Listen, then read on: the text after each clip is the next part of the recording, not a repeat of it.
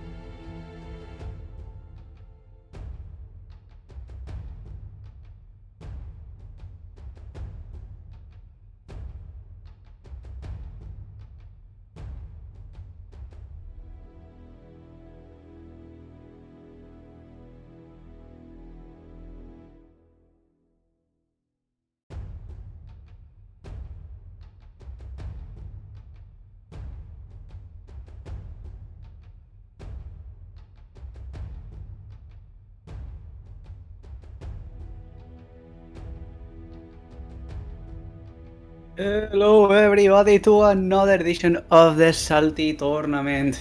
This time it's only going to be top 8, but fret not, we have a very stacked top 8 for you. On winners only, Andros, Jason, Tiger and PataChu all ready to rock and roll for you.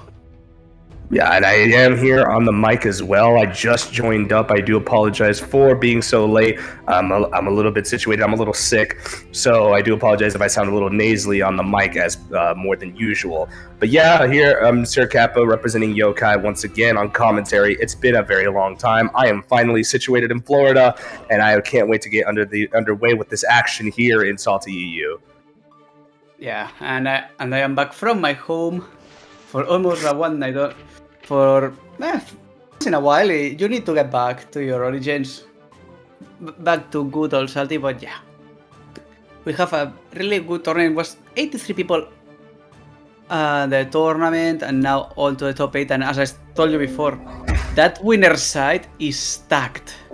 Oh, that winner's side, especially given the recency of Head Stomper, you know this is going to be very, very good, as the Head Stomper champion is here on the winner's side, and Dross just chilling out and about on the top side of winner semifinals. And then you got some major heavy hitters in Tiger Pop and PataChu just ready to kind of throw it down. We got real titans in this bracket, and that's not to say we don't have people who are coming up from the loser side who could be genuine top 8 favorites.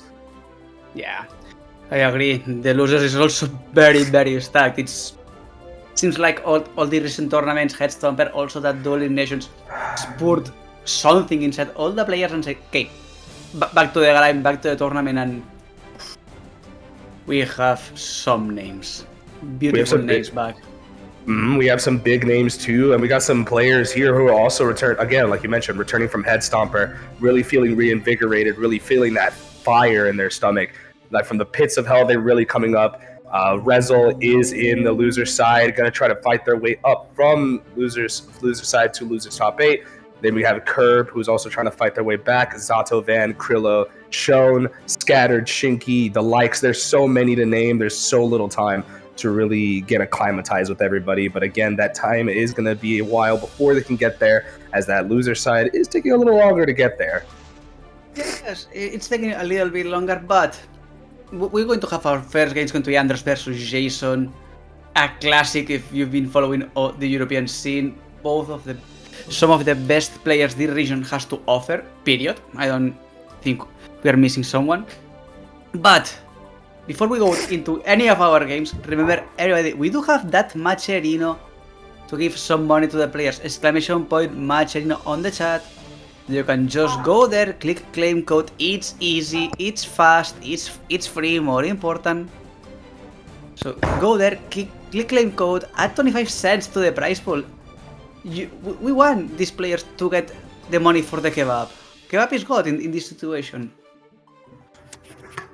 I mean, again, we've said it multiple times before. I'll say it again. If there's anything that's really important, is not to mention, like, if you're purely online, in a sense, that a lot of these online events can be considered online locals. And considering that these run weekly, it's always great to support your locals and support the event runners as well as the players who are really coming in to show off what they have. And not only do you support the players, you support future brackets for event runners to continue to advance and to help players get into more prominent positions, like SaltyEU sponsoring some of our one of our players in Resil going to Head Stomper. And I couldn't be any more thankful, as seeing some of our players shine on the grandest stage, it always is a delight. And I think that helping in any capacity is always appreciated. Certainly. Well, now we have Jason just arrived on stage. Andros been waiting. If Jason's still playing the same as he did on that Challenger League, that was a Slayer. Last time I saw him play. Potemkin versus Slayer matchup. Volatile as always. Potemkin can just nuke you out of nowhere. I mean, he's RKOing people. Oh yeah, plain and simple. And I think that what makes this even worse, right? You're talking about a player who has really pushed this character beyond the mental limits that players can really account for. Even some of the game's strongest players that are from EU or from NA, like, just cannot seem to get a hang on how Andros really plays this game, and was actually the reason for Leffing dropping it to loser side a head stomper in top 8, which it honestly shows how powerful just a single interaction could mean for him to turn the tide. But here we're in SaltyEU, winner side top 8 against Jason Thomas. We're going to see how things get underway very, very soon. Exactly. It is just going to throw so many sparks. It's gonna be it's gonna be explosive, that's for sure, right? Just to be sure, because I am not very familiar with Jason Thomas. This is my first time. What are the pronouns that I'm working with today? He, him. Alright, cool. Nicely done. Yeah. Just keeping it safe, not wanting to extend too hard. Does get the counter hit, the first real counter hit, forces Andros already to burst early. Yeah, burst early, but luckily a bit onto defense, but now finds a small breathing gap. Jason trying to once again open Andros, but nope. Now he's going to be Jason on the corner. Andros' pressure is good, but Jason's defense still holding. And now there's an opening. Yeah, the offense is really important in this game, but the defensive end is much more important, considering both these players are massive damage dealers. Jason Thomas wanting to just find that one necessary hit, and Andros goes for the reset. Now we're back into winning ways. Yeah, forcing the burst auto. Jason didn't go for the Carapop Buster, being a little more conservative there now, playing forces, trying to slide head, trying to pry Jason open. It's not easy. Jason is a very good player. No, there it is. The pot buster. Doesn't build up enough meter. Gonna spend the YRC. Gonna go for a greedy run up command grab. BSU off the Kara. What a brave YRC interaction. But it wins out the round, and now we're going into round 2 with a positive start. Yeah, who's the true grappler now? Andros. Oh, but still, Andros showing no difference. So yeah, you gave me a command that doesn't matter. Here's another one. You are going to lose. The very dangerous aspect of this game as well is Andros is not just a very grapple-heavy player. He knows these strike-throw habits so well. Already getting the grab off, corner to corner. Finally gets the first pop buster off of blocking, and now we've got even in the rounds. This is the most important aspect. How Andros rotates between strike and throw is going to be a deal breaker for Jason Thomas. Yeah. And remember, Potemkin is a grappler, yes, but those strikes pack a mean punch. Now it's going to be... Oh! Good daddy out of Jason. A lot of that's dead. Oh, the confirm. That's going to be the first game for Jason. No! Oh no! The unfortunate drop, and his back is to the wall. But he manages to get the backdash 6S, the Hand of Doom, sealing it out right at the nick of time. That was definitely a little bit of a teeth clencher there. Could have had the winner earlier, but just narrowly avoids disaster. You definitely gonna have to wipe that sweat off your brow. That could have gone from bad to worse. I was almost cursing myself. That was not supposed to happen. I was like, no, how can you drop that at the end? Everything is saved. Life continues, and Andros is down by 1 game, but never count Andros out. Never. I've seen that guy perform miracles. Is it an indication of what miracles this man is capable of? But I don't know what else I have to tell you, man. That man took 1 counter hit and killed Leffen. And believe me, this is going to be a slobber knocker. It just takes 1 hit. There we go. Gets the BRC. Gonna confirm it to the pop buster. Not enough to kill, but it's gonna be enough to set up a very precarious situation. Oh! And what a confirm. Immediately went for the Roman on the air. Andros is not playing around. Good middies on the wake-ups. Continuing the pressure, just trying to be respectful of Slayer. Maybe giving a little bit too much space to Jason there.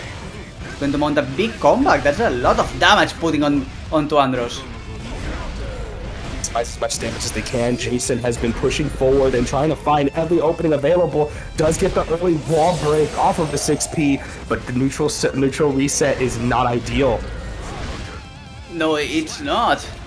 And Jason still getting the game, tying this whole match. Round start pop buster not working, but just being aggressive is going to make it. Okay, good check defense traits. Basic confirms, just trying to hold out long enough. The PRC off the hammerfall. Now we're gonna just be in the blender 3 in a row into the pop buster. Andros is not playing around. They're not playing with their food at all. Nope, that's going to be a lot of damage. Pixel health for Jason. There's boost, there's bar. But you are at one interaction. Okay, 6P nullifying that Mega Fist to break the wall. Positive bonus, boost available. Still holding on both the Kara 6P. Andros on the board. 1-1 this series. That was very tense. Andros was just willing to throw caution to the wind, had the health reserves to risk it all. Jason, though, with only a pixel to their name, just had to play very passive, very safe, and Andros took full advantage of that, taking game 2, pushing us into this all-important game 3 to survive in the winner's side.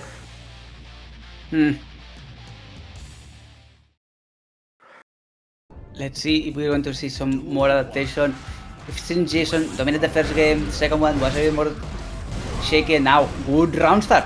Already putting Andros onto the corner. And good checks also. Very important checks. That's the thing you want to deal with as a player, is you want to be able to check and be able to consistently get rid of all the important options. And Jason has been very consistent in this regard. Gonna have enough to kill here. There it is. That's all it takes. That It's Late gonna secure that round, and very perfect as well. Very perfect, very dandy indeed. And once again, good round start, already putting a lot of pressure onto Andros. Like that, he's going to be suspect. Oh no! Eating that slide head is not something that you want to do ever, and now in the pressure gets the counter hit. And that pop buster gonna go for the heat knuckle to secure that positive bonus. Just gonna crush through that health bar, just get as much reward as possible. Yeah, but now still Jason, good comeback. Not enough to go for any overdrive. Only a regular wall break, but Andros has 2 bars of meat already spent, but the damage is almost done. You only have one more touch, but make it count. If that would have wall break, that would have been a decider there. Hammer fall right through the It's Late follow up, and it saves Andros.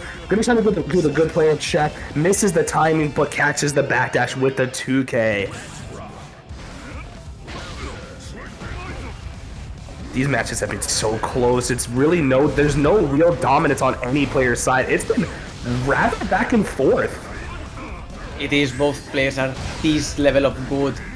Back and forth all the way. Even though sometimes... Yeah, no, good pickup. Oh, and good check. Even managing to not get tagged with that mappa. And now, once again, trying to pry Andros open. Oh, the Carapult Buster evaded. That's something that Jason has been going for a couple of times, but you cannot evade everything with that backdash. Even if Slayer's backdash is goated, there are limits. I think the biggest thing that we gotta point out, right, is how well they're playing into each other. There's a lot of knowledge that both these players have, not just on a mechanical level from character to character, but just the overall insight on how each of these players play. There's definitely a lot of player knowledge involved here, and for Jason Thomas as well, they're playing so well into Andros. Andros, though, the adjustments being made are just enough to be able to turn the tide, putting that game 3 into his favor. Now we're moving on into game 4, possibly the final game for winner's side semifinals for either of these players. That is truly a positive, but as we said before, never rule out Andros. I am going to go for the other side. Never rule out Jason. He's been a top tier competitor in this game since almost forever. One of the best from the start, kept playing, kept improving, and it's not. And we're still seeing it top 8 on Salty with this kind of beast running around, and still I'm putting Andros on a pinch constantly. Andros has not had it easy. I'll give it that much. Andros, despite them winning, has been so good. But we're gonna get the knockout pick, and I'm not entirely sure I agree with this. I don't think it's for matchup. This is for knowledge. This is for being comfortable. Nagorioki, the original pick for Jason. I understand, right? Like picking something that would definitely feel more comfortable to the hands. But in general, it's one of those things where the risk is much higher for failing, but there's a lot more reward for getting just that one major hit. Yeah, it's the moment that when you have your back to the wall, time to gamble everything, and Jason's gambling everything on that Nagorioki. And as of this moment, is paying off a burst out from Andros. Oh, and another big contact, not enough blood to go for anything. But Andros, beautiful blocks. Blood is on check still. This isn't too bad for Jason. Jason can work with it, but hand grab at level 1 blood doesn't help things. 60% more damage on the table is gonna hurt when you have PataChu to contend with. Great challenge with the Shizuyuki anti-air, but now we're gonna blood rage, unfortunately not able to route correctly, and is going to slip, crash, and burn next round. Give it up. Yeah, that's probably where a little bit of rust probably is making an appearance, but apart from that, Jason is showing why he was feared on the Nagorioki. HH challenge, gonna push forward, no blood at toe, has plenty of resources, gonna represent that Samurai mix, but quite an aggressive challenge. Gonna go for the crossover, get the pickup, and my god, Andros is putting all his tricks on the table. Truly at the end now, another heavy knockdown, positive move for Andros. Both players have pushed. Oh, up. Stanley couldn't convert that. No, yeah, couldn't convert. Oh, this is perfect. It gets the OTG as well and gets the kill. Burst on the table for both these players. This is do or die for Jason Thomas to secure winner's side. Okay. Oh, blood-sucking universe. Still going offensive. Jason. Oh, the counter hit on the overhead there. Could not take advantage, and now Jason is. That's not where you want to be.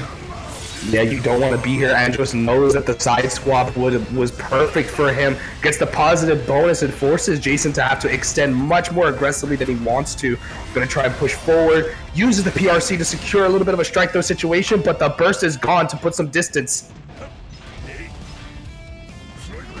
No burst, no bar, too much blood for Jason. Only one more special at this point, but Andros gonna get the pot buster, and that's enough. Blood, at that level of blood, that's a death sentence, and Andros just delivered it. 3-1 for the reigning Head Stomper champion. And I think there's something to be said about Andros' defensive awareness as well, choosing to just play it lame, forcing their opponent to have to make the mistake for them. But that IB off the 6H, or off the 5H, I believe, was all they needed to secure enough space to be able to get within grabbing distance and force the situation and flip the situation on its head. Andros moves on into the next round. Jason Thomas going to move on into the loser's quarter side, but not a bad set to go down with. This was a very close endeavor. It is. It's one of the best ways to start a stream. With a banger, everybody is already on the verge of their seats, glued to the screen. And oh my god, as we told you before, this is only the start. We're going to be seeing Jason again, Andros again, and now we have another couple of big hitters. We have PataChu and just ever consistent PataChu, Mr. SaltyEU, and then we have Tiger Pop, who again another prominent name in the EMEA EU district. very strong in their own right, has made a name for themselves on the Happy Chaos, but has been making a lot of waves with the A.B.A, especially given their huge character pool depth. Just able to play just about anybody and everybody. Certainly, but before we go into the match, if we are allowed, for everybody that just came into the stream, remember everybody, we do have those Matcherino con exclamation point Matcherino because both players are almost ready to go. So remember, exclamation point Matcherino on chat, claim code, it's free, it's easy, you don't need to give any passwords, but now we're going to see a clover knuckle. PataChu versus Tiger Pop, Sin versus A.B.A. And let me tell you, if there's anything that's going to be very, very consistent, and more so than Mr. Top SaltyEU top 8er himself, PataChu, it's the level of hate this community has for A.B.A to the point where they think this character is basically downplayed to absolute hell. I agree it's downplayed. Because I think it is downplayed because people say, other players, yeah, but if she's not in Moroga, it's not that bad. Dude, you can do almost the same shit in Moroga as on without that. Very smart from PataChu, recognizing that they try to switch off, using the RC to get out of jealousy. Tiger Pop try to retain all those resources, but PataChu's situational awareness is almost uncontested. Gonna go for double overhead to secure as much of the wall damage as they can. Gonna get the kill off. That was great, intelligent play from PataChu to be able to sort that situation out, forcing Tiger Pop to work without any resources. Job on PataChu's side, and now Tiger trying to open PataChu. PataChu is just taking advantage of that slight range. And now it's being a little bit more easy to come by. Half-life, hard knockdown. Tiger is not enjoying this position. There's the burst and the install. Let's see if PataChu can survive. Nope, already eating a lot of damage. That's gonna be the wall stuck. Yeah, he is king. But recharge the bar. Get back into Moroa. Gonna go for Dawn's Eye to force PataChu to have to utilize the reversal on deck. Has so many resources to burn through. Gonna get the counter hit necessary. PataChu decides this round is not worth bursting for. Gonna save it for the next round, utilizing that resource advantage to be able to turn the tide. 1-1 apiece in the rounds, and PataChu able to return the favor. Certainly putting a lot of pressure onto Tiger. Oh, big punish on the transformation. Could not fully convert that, but still, that's really a big hard knockdown with the sweet spot on the super. Just maximizing the damage on the jab output. Nice IB to get the back throw, but no jealousy on deck is difficult. But the tap dust is able to secure it. They're going to be able to restock at least 40% to get this wall break positive bonus situation to work for them. But the poke, that 2P out of PataChu, neutralizing a lot of damage that would have been coming, and now no more jealousy for Tiger. Yeah, Tiger Pop full sent it. Nice throw PRC, keeping themselves awake at the wheel. Nice sliding underneath, just getting the close slash off as well. Gonna have enough resources on deck, just challenging everything. PataChu is on the back foot now. It's not looking... Oh, deflection is gonna buy some pace, but not enough. PataChu at the end managing to take down Tiger, taking that first game, and that was a proper nail biter. That was definitely throwing caution to the wind. Tiger Pop was seemingly getting desperate with every single one of these aggressive attempts, but like credit where credit is due. PataChu definitely, despite being ready for it, was definitely not comfortable in that position at all, just narrowly escaping disaster every time. Duel 1. Let's see if we're going to see some evolution from the first one, even though PataChu already starting very strong. Forcing an install on Tiger that's not going to pay a lot of dividends, that's going to end up in the gutter. They still have resources on deck despite the back throw. What an amazing backdash to get the back throw. They don't have any resources, but they are going to restock as much as possible. Trying to bait the burst.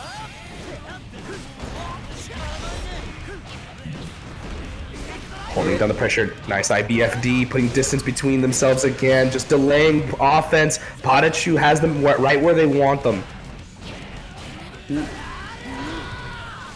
Exactly. Still not enough jealousy to go into the transformation. The opening could not capitalize fully. Not enough endurance, not enough bar for PataChu. Great catch with the close slash as the anti-air, able to stock up once again, get the round off, and so far, momentum is firmly on the side of PataChu. And again, same situation, bursting the same position. This is like deja vu all over again. It is, and if it's deja vu, this time Tiger is going to go for a big damage route. Even though the reset is not good, the damage is already done. Half-life spent. Just building up as much of that resource as possible. PataChu in the corner. Tiger Pop is able to fight back. Double IB, but not able to really get any pressure off. But this switch in momentum is great news for Tiger Pop. Red lightning block, needs to make it with a Roman. Now, Tiger has advantage, has tension, still in jealousy. The uninstall, enough to go back, but you need to make it count. Nice stagger step forward, using the FD break to isolate and to disguise their overhead approaches. Great parry as well off of round start to restock entirely the whole jealousy bar. Now they have party time awaiting them. Truly, and that's out of damage. Still jealousy available. That boost is going to come back in a second. But when are you going to use it? That's the question.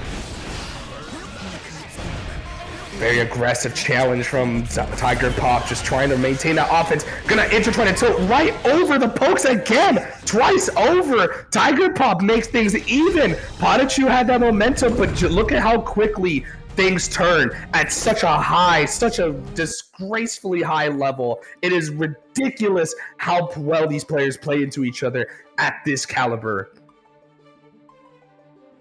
They've been playing one against the other for so long that they do know almost everything that the other has in the table, almost everybody's styles, everybody's playstyle,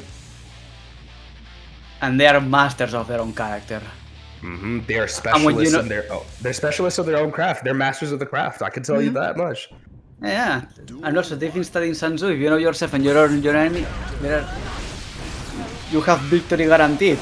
There's always a difference because both players fulfill that condition, but they do know. Nice, very smart from Tiger Pop, restocking as much as they can to be able to keep that pressure going. Gonna stagger with the Rekka, but now the tables have turned. The corner is to them. Great pickup from PataChu. Gonna extend entirely almost all their resources and grants quite the conversion to get the positive bonus. It is. Oh! What a shimmy. Big. Yeah, what a shimmy. What a pickup from Tiger. Still the chance for the defense, but no. Just mixing everything, and Tiger finds that sweet spot. On the verge of making, for instance, an opening, an advantage on the scoreboard. Spending all the resources, gets the catch with the 6K, is going to extend, and the damage output off that risk gauge makes things so worth it as they cash out early. Nice catch on the backdash, going to wait for the burst, they have no need. And again, the IB to get the back throw. Tiger Pop is so ready for it. Yeah, that uninstall moment, the moment of clarity, probably saying, yep, that's going to make things easier, and now, once again, the damage is piling up onto PataChu, trying to stay alive, still having burst available. No, that's going to be the call of Cthulhu Romanet, and just confirming that. 2-1 for Tiger. And it was good on Tiger as well to Roman cancel the tendrils from hell, as I like to call them. just summoning the gates of hell and all those tendrils, and then using the RC to maximize the amount of damage they could get. They weren't going to kill without that, and recognizing it, they're very smart to do so, making them leading in the set as opposed to recently where PataChu was leading first game. Now it's one more game for PataChu to make things right, to set them into game 5, to possibly secure that winner's side. But as things are going, Tiger Pop is looking fantastic on the sticks. Tiger is looking not dominant but more powerful than PataChu is, even though PataChu already a lot of damage put onto Tiger and another big counter hit. That's a really good situation for him. Great wall break in, great situation to work with. Tiger Pop not too scared. Try to go for 2 throws back to back. Being a little greedy, try to set up something. Great defense. You can only block so many overheads. Can block this one, block that one. The third one always gets their man.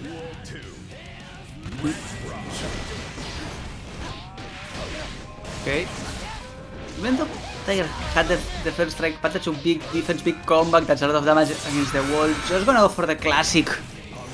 Make it simple, positive bonus only. It doesn't matter, already dealing half-life of damage onto Tiger.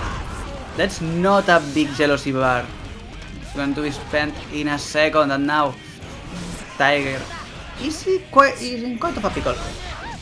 Yeah, not having any resources is always detrimental in this position, and PataChu is more than licking their chops, waiting to dig and feast upon a defenseless Tiger Pop, but they are not out just yet. Doing very well to contest all these options. Gonna restock so much of that resource. Now the tables have turned, pushing forward, gonna maximize rewards. Yeah. Danzai is not enough to break the defense, but no, there's a big counter hit. Danzai again. Still not the wall stack. There is the wall stack, but too high. There, too high for Tiger Pop, and PataChu that's going to be enough. Just the to force game 5. This isn't going to game 5. They just. Oh wait, no, you're right. This is game 5. I'm mistaken. I'm so sorry. Tiger. I'm not that awake. I have not been sleeping well.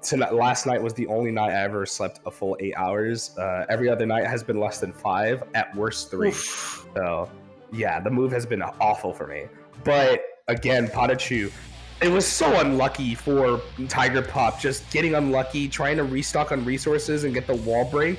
But unfortunately, just the height of that wall splat was too much for the command grab, and just loses out from one misclick or error that was super critical. That's just how important these games are to these two. Truly is, and now on game 5, Tiger Pop already no jealousy. Gonna get now half bar on tension, but still it's not looking good. PataChu a lot more resources, but it's going to be volatile either way. I do like what Tiger Pop is trying to do, where they're actively holding this offense to build up as much meter with the risk gauge climbing up and up, building more meter than their opponent, and being able to use these turnaround effects to make these games more in their favor. What a crazy mix, just getting creative on the sticks and puts themselves in a set point. As you said, set point for Tiger Pop, and looking good on the start. A couple of grabs, only now going to hit some damage, but that's not much. I mean, when positive bonus is on the table, I don't think it's too much to risk as well. For PataChu, the positive bonus matters more than anything. But a back throw incident is going to make things so difficult for PataChu. Gets caught by the late actives of Intertwined until going to have to hold this offense, staying in the corner, and gets finally opened up. The burst bait from Tiger Pop, and is able to seal game 5 emphatically. And to make a statement, they send them down with a burst bait. Tiger Pop, you disrespectful cretin. Yes, and the respectful. As you said, that was nasty. I don't think there's any other way to say it. Yeah, nasty, disgusting. I don't think the Oxford Dictionary has enough adjective to describe that. I think there is one word I can use to describe that, and some people will disagree with me on this one, but I have 4 A.B.A players in my community in our team, so I think I'm gonna have to say it for the one time. That one, it was at least Gap. Oof, that's a strong word, my friend. It is a very strong word, but I'll give A.B.A players their dues. Tiger Pop could have easily picked Happy Chaos into this, but they believe in A.B.A enough to prove that this character can function at this level. Okay, I see you. But now it's going to be one of your mates. It's going to be pietaa versus Resil. There's 2. It's a team kill. You're joking. Yep. I'm proud. Yep. I'm proud of my players, but this hurts. This hurts so much. Welcome to tournament life. You're going to see the tournament. You're going to, yeah, I'm going with my friends, and now you are playing with your friends. No, my players are playing against each other. This makes me sad. I want both of them to win, but I can't. They can't. One of them has to go through. That's the unfortunate nature of commentating my own team as well. Is at some point you might run the risk of commentating a team kill. And given the size of our team right now, it's more often than not possibly, like, you're gonna get more team kills than anything. I get this in NA already. I see like 3 team kills at least every Sunday. Damn, that's not the way to go. But that's the kind of competitive spirit that YoKai has. Like, we have players who really want to show their stuff, players who are coming up from the ranks, developing, and then players who are really performing super well, growing into their role. And I couldn't be any happier. And the best part about it is Pietaa herself is getting in on the action despite being an executive TO. So, hey, who says TOs can't cook? Well, I mean, I think the best answer for that is just look at Elven Shadow when they decide to play plus R. That's it. I don't think we need any more context for that. But loading onto the game, Resil versus pietaa, Bedman versus A.B.A. We're gonna go straight into it because given the fact that it's leader versus student, we have Pietaa, who is gonna really put on quite a show. I've had plenty of opportunities to commentate their matches, and I can say the same for Resil. But a very strong start from both players, even life for both apiece. Seems like pietaa has studied the anti-Bedman Bible, something that a friend of mine just published not long ago. Adrimage, if you've seen that. I have seen it actually. A lot of knowledge on how to deal with Bedman.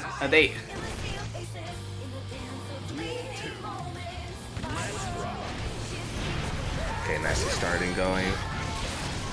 Gonna get the 2K2D knockdown. Gonna cross over with the bed bomb. The bed head really crossing them over. Blocks the tap dust, but still has to hold the cross frames. That is nasty. A lot of damage already done, and not enough to go for any of the overdrive. And pietaa is hurting. There's a counter hit, but that's going to do a lot of damage, but not enough to send the Bedman to the next life yet. Gonna use the guard crush from so late to the ground. Donsai guard point, my beloved. Gonna go for the hard knockdown. Not a lot of damage, but it's the situation that precedes that's gonna help Pietaa win if they can get out of there. Pietaa choosing not to burst there, recognizing that this is not ideal. Resil is more than likely to spend it all for the burst bait and decides to wait for the next round. Yeah, that's not the place one goes to die, and now Resil no burst. pietaa still having burst, but that's probably not going to long for this world. Trying to zone out Resil, but now pietaa manages to get in. Builds up quite a lot of jealousy. Now we're gonna work with almost a whole bar. This is perfect for Pietaa. Gets the hard knockdown as well. Now we're gonna get full confirmation on this wall break. Oh no! That was a little bit too ambitious from pietaa's side. Having to. That was too dangerous, and now yeah, blocks the burst. That was telegraphed. Yeah. Kava, I think that was a little bit too much ambitious out of pietaa. I mean, Pietaa Pietaa, that's my child. That's my in quotations child. She is a deranged individual. Some would even argue that Pietaa is cosplaying A.B.A when she plays. She is mentally deranged, Wow. and she will represent options if you give her the opportunity to. Okay. Okay, mental note for next time that Pietaa can be playing a little bit nuts. But I respect it, and if Resil wants to advance, they've got to be able to weather the storm. Like, Pietaa will not slow these opportunities down, and they will force an opportunity if you don't want them to win. That's just the kind of player that Pietaa is. But Resil has been playing some major hitters and has had ample top level experience. So Pietaa's gonna have to pull out all the stops if they want to put down Resil for good.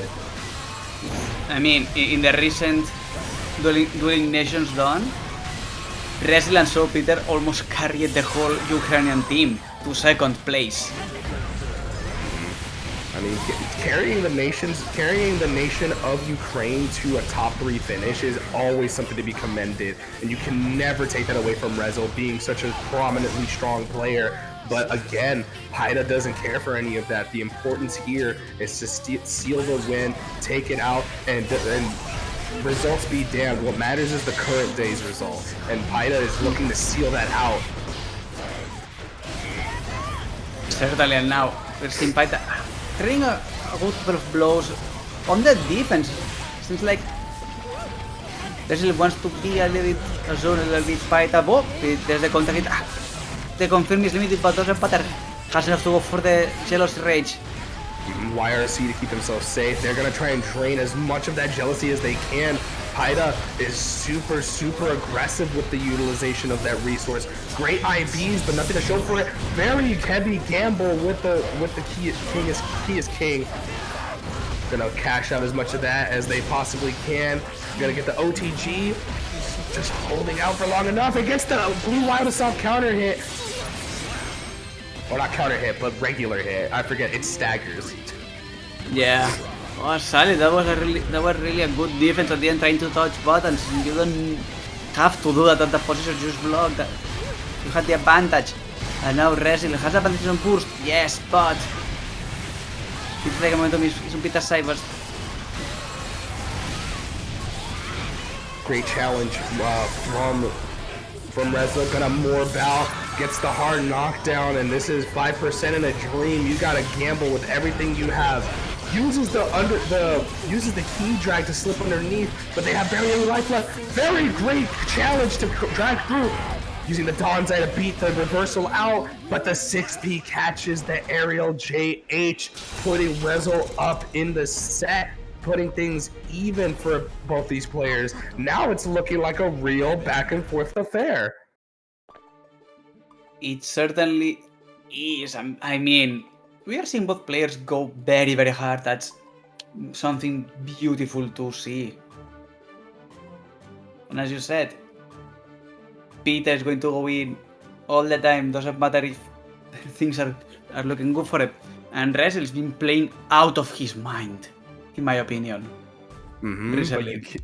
But they've been playing super well. Like, you cannot understate how well they've been playing into these tournaments and these competitions. Like, the competitive district for Ukraine has one of the strongest coming up with Resil and Soapbeater.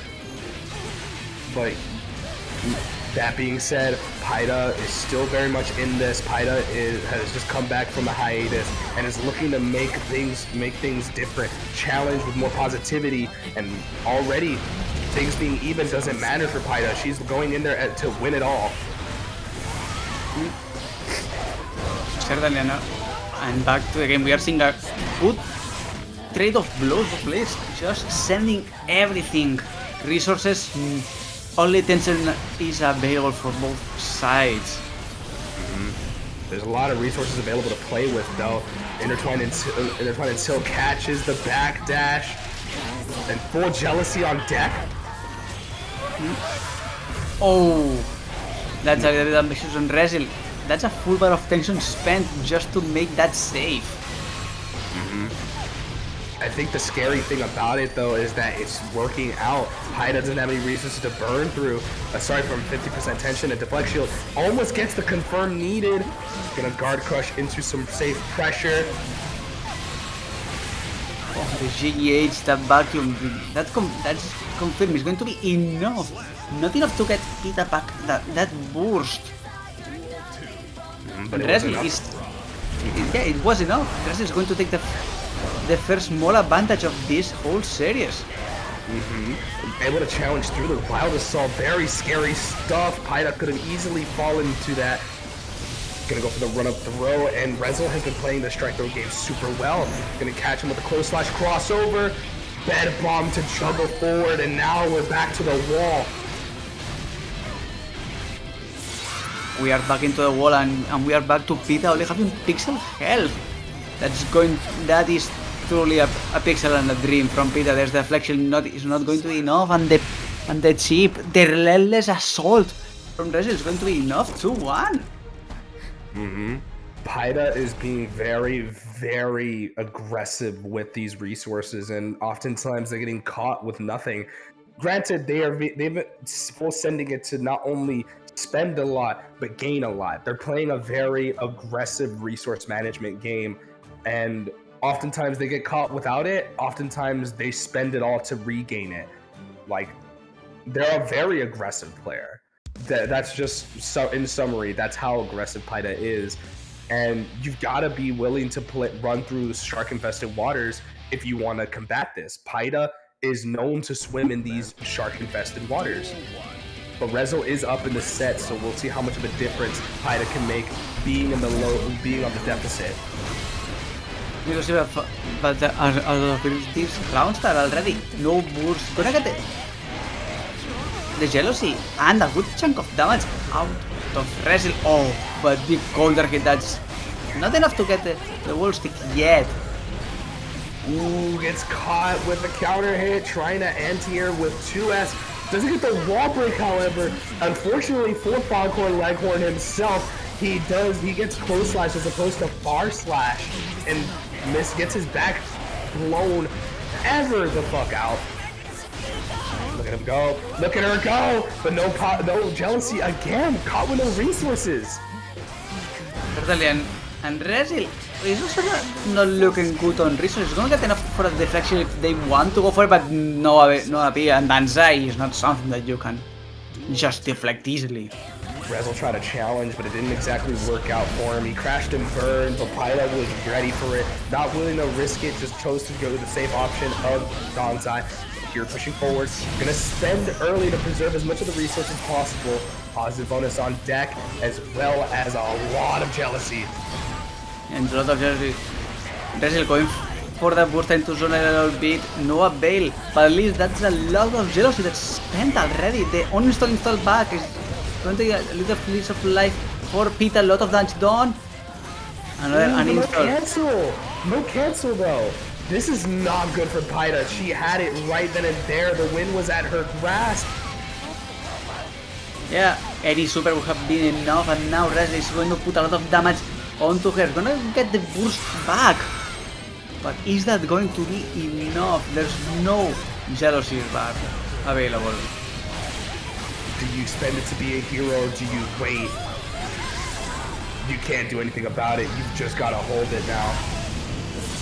And PieTA, oh no,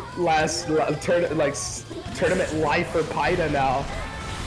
Yeah, it's not looking good, but I still think that PieTA did the correct play. Keep that burst for later, and now both players burst available. Then there it is, last burst for PieTA, and Resil gets the counter hit. The pressure is going on. There's a hit, enough bar to go for an install or the damage super, and PieTA misses their own super. That's not good. Yeah, they're just gonna cash out for the confirm, get that install off. There's nothing they could do. They're sitting duck. And just like that, Resil seals the round off. What was seemingly a possible Game 5 scenario was taken away from an absolute important comeback round. from Resil and is able to put down the EMEA leader for YoKai, the executive TO herself. She unfortunately goes down at joint 7th, but not without at least a very valiant effort on their part. Resil moves on into losers quarters. That was a very good game. It was a team kill. We are always sad for that. It's not something that we want to see if it's not on the finals, but hey, we saw a beautiful game of Guilty Gear. It is what it is. You just gotta take it on the chin and recognize that after a good long hiatus, making top 8 in SaltyEU, which is the most stacked EU tournament of the week, it goes to show you how strong of a player you are when your mental is foundationally very, very strong. But you want to know what I do want to see, though, more than just some good Guilty Gear? I want to see them codes get claimed in the chat. Remember that Matcherino codes are still aplenty. If you haven't already claimed your Matcherino codes, then be sure to claim them. There's still more than enough to go around. There are about 20 left, or 30. There are about 30 left, actually. So be sure to claim those codes. Be sure to support your TOs, support your online locals as well as your offline, and show some love to Ice as well as all of SaltyEU for putting on quite the event for all of us here today. Exactly. Do as Kappa said, go and claim those Matcherino codes. It's for the better of the community. It's for the better for everybody. We still have, as Kappa said, 30 codes remaining. 100 people on chat. And I know if there's 100 people in chat, I could tell there's 100 opportunities to possibly get another Matcherino code. So if you haven't already, please be sure to do so. And if you feel like you want to support even further, you can also contribute to the prize pool if you feel ever so inclined. Not obligated, but if you do want to support the TOs, you always could. Exactly. So get it going. Go claim them codes. Because we are always telling you, it's easy to claim codes. It's easy. It's 1, 2, 3. Like 3 clicks and you are done. But hey, if you don't feel like that, what can we do? We are only on our side of the computer. It's not enough. I'm gonna reach into the screen. I'm gonna take their money from their wallet.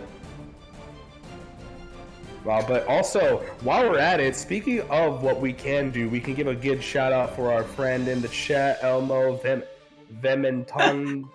Let's just go Elmo. Just go Elmo. Elmo's world. Let me. Al moviment ondulatori.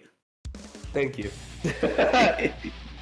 Elmo, thank you for the raid of 6. We appreciate you bringing your community over to the SaltyEU number 138. We're going to get underway with our second losers top 8 with Zato-VaN and one of YoKai's Howling Hostility champions named Crillou.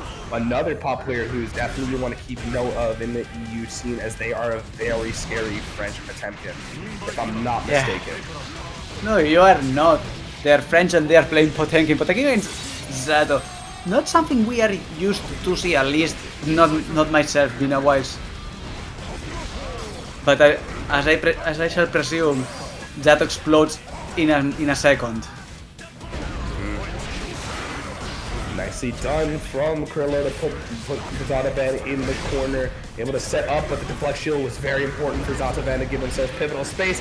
But that counter hit Mega Fist is going to seal your fate to 15% health in a dream.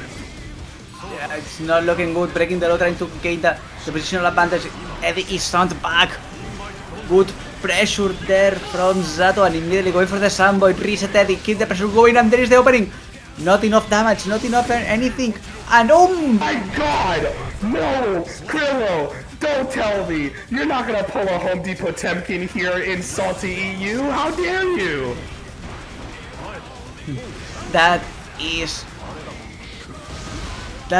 should be illegal. That's completely disrespectful. You bastardly villain, you! Yeah. Oh, and now Crillou is taking the advantage, forcing Zato on the other side of the corner. Risk is piling up. No more Eddie for you. Eddie is just around the corner, though, just pointing away, just letting them know, stay over there. I don't like it when you get closer. Now Eddie's back on the field. JD does kill the little bro, but now we're back to winning ways. Crillou catches the necessary hit. The Aegis Reflector gonna catch you from side to side, and you're gonna get the wall break as well to melt through the lack of guts that Zato has. Yeah, a lot of damage, okay, but Zato-VaN finding the opening, managing to save that grab situation, but no more tension bar for Zato-VaN, no burst for Zato-VaN, and Crillou all the resources online. Just holding down back, just waiting for an opportunity to strike. Crillou knows that Zato-VaN's situational awareness is very high, especially given the fact that you need to have it this high. Nice contest, up backing and fuzzy blocking away to avoid the dead fang, and catches with the JH to take that first game off of Zato-VaN.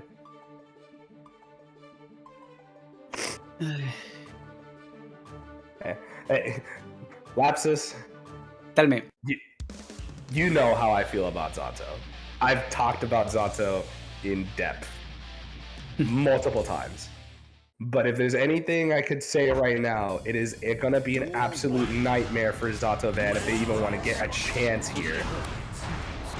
Yeah, it's not something that looks good. You can put out of pressure, but you are dead in a touch. Two if they are not doing more damage, but yeah. Zato-VaN's got to play around so many resources. Great block, they're able to block just in time. Tap Dust, one of the Zato classics. Look, I'm a Zato player.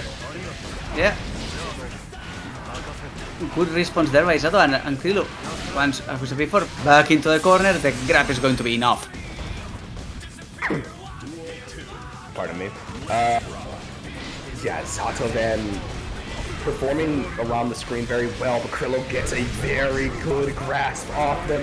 So much of their health gone. This is the car distance to be able to grab them, and this gives Zato-VaN the opportunity to fight back. Heavily Potemkin Buster PRC.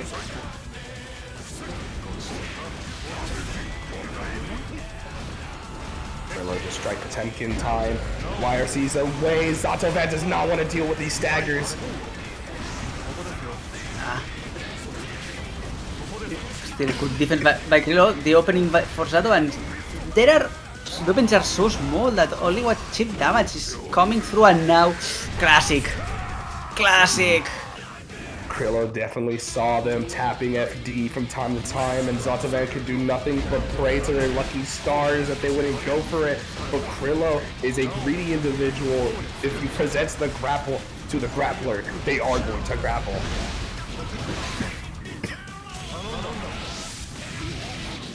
Go for the Sun Void and just get that resource back into winning ways. Try to contest, but the drills are gonna make sure you lose this with emphatic fashion. Zato-VaN getting a perfect round, a way to get back into winning ways is gonna make things level. We have had so many back and forth lapses from 1 down to 1 even. With every single game of today has been I'm going to win the first one, but then you are going to win the second one, and just continuing that. And oof, Andros being the final boss of Potemkin, saying that a 5H was a missed HF. Whatever was that? It was heavy slash. You were right. Okay. Oh, look at the damage output. That man has no guts. This is all true damage. Yeah, I mean, no guts, Potemkin just doing a shit ton of damage because Potemkin. Big body privilege. Yeah, big body without the problems that usually had. Okay, but Zato-VaN, good pressure against Potemkin on the corner. Risk is piling up there, but we said before, just a small opening, some damage, but not enough. But this is a great way to fight back. All it takes is one good hit. Crillou gets it. Goes for the knockdown. Baits out the Garuda impact and catches them with the Potbuster jump scare. Puts themselves into the lead once again. The first round in one of many. Yeah. Trying to get the opening. Oppose is on, but not enough. No Eddie for Zato-VaN. Good pressure still. But now we are going to be playing Eddie back. The counter hit. Something that we are seeing that Crillou is taking scientific hits, minimal damage for everything that Zato-VaN is putting into him. And if you pay attention to, they're straining for as long as they can, delaying Crillou's advances so that they can build up Eddie. And Crillou, seeing the danger of it, is pushing forward while they can, catches with a hammer fall, and spends it all just to maximize damage. Maximize damage, full corner carry, coast to coast, and that's enough! That is enough! Crillou was stuck on their corner the whole round. Just blocking duty, blocking duty, blocking duty. Finds the opening, we are going coast to coast and killing Zato-VaN. Oh, for sure, right? You cannot ever think that you can never think that you're out of the heat just yet. Zato-VaN, despite putting on a prominent show, shows that Potemkin is a dastardly villain of a character. It just takes one good opening and it crushes your hopes and dreams. Crillou, tournament, a life left for Zato-VaN, and all it's needed is Crillou to seal things out and put the final nail in the coffin.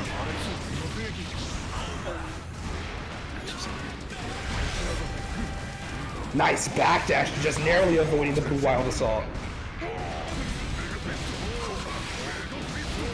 Amazing catch, just stems it all. Not too bad from Crillou, utilizing the late PRC and still getting the pickup. Certainly good job, and also evading the slide hit, but I'm liking the way that Crillou is just playing this. Kill Eddie on side, not letting Zato-VaN take advantage of that second character, and that's a lot of damage burst out. Not enough. But Zato-VaN is too low on life, that's a straight hit. Good defense there, one straight hit. The Mega Fist not enough, but the reposition still could not convert that.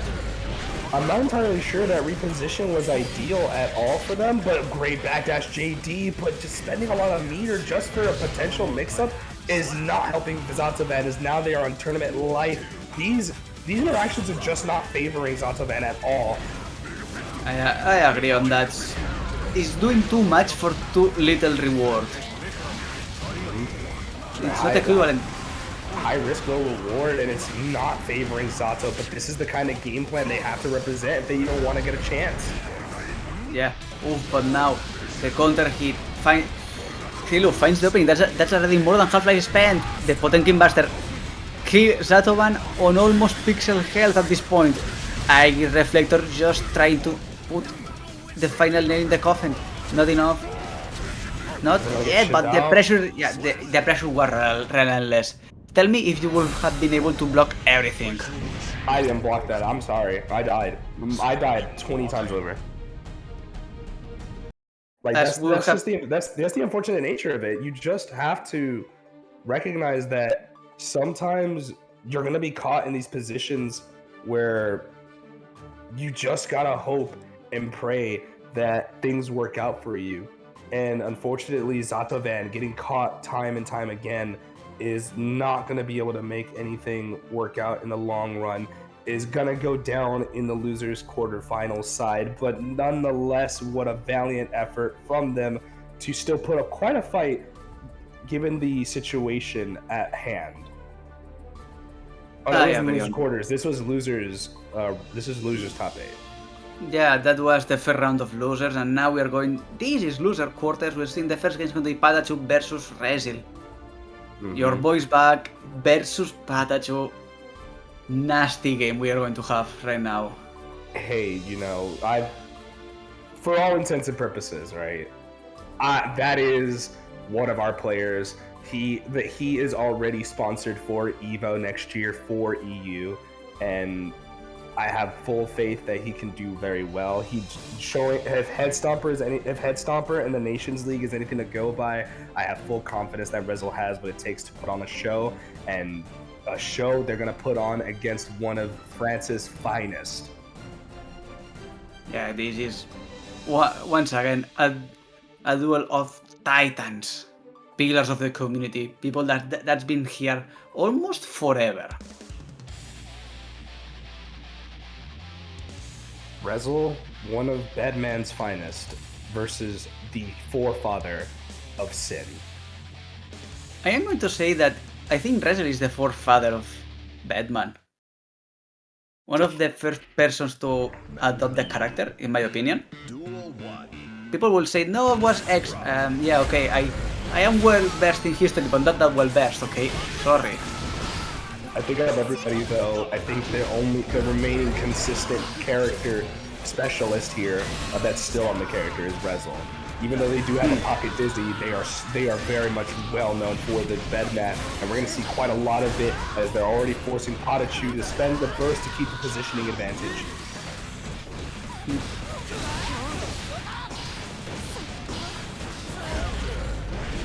Ooh, counter hit 6H. This is not good for Resil. No resources on deck apart from positive bonus, so this is still winnable for Resil. It is, but it's a lot of, that's too much for one round. Too low on life, not much more. And now trying to do a little of zoning, but oh, the big dagger confirming that's a full sequence for PataChu. Oh, nice dash Kara Elkon as well to get the full max range confirmation. That's the kind of mastery that a player like PataChu has, where he just knows the spacing, he knows this kind of gameplay and the necessary skill to combat any and all obstacles in your way. Resil, however, is pushing forward, has been known to master and to push forward the limits of the character. It's on the offense. Oh, but now good usage of that right running to get out of that stick situation. It's something, it's good for you, you're still growing, and now, but that's a good position for PataChu. Resil, no burst inside. Gets a hit, that's going to do some damage, but PataChu still have burst. It's going to get access to that half bar of tension in a second.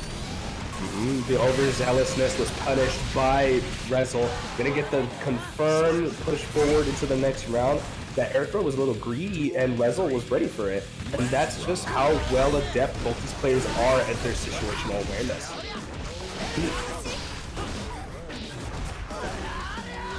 Okay, good pressure there. PataChu trying to find the opening there is.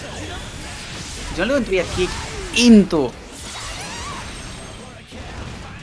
the Tyrant Barrel, sweet spot, a lot of, good amount of damage, but the backdash is going to save a nasty situation for Resil, but that last 6p, once again, tempo for PataChu, and that's kill.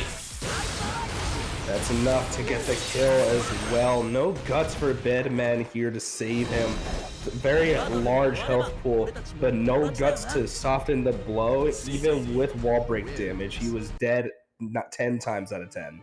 Resil down in the set, but definitely not out. PataChu is recognizing the threat and does not want this to go into a game 5 yet again. I don't think that PataChu wants to even wage on the game 4. Just let's try to make it 3-0, quick, easy, and I am done. In this position, you don't want to gamble for the 4th game. Just go for the 3 games, make it easy, make it fast, don't sweat about it.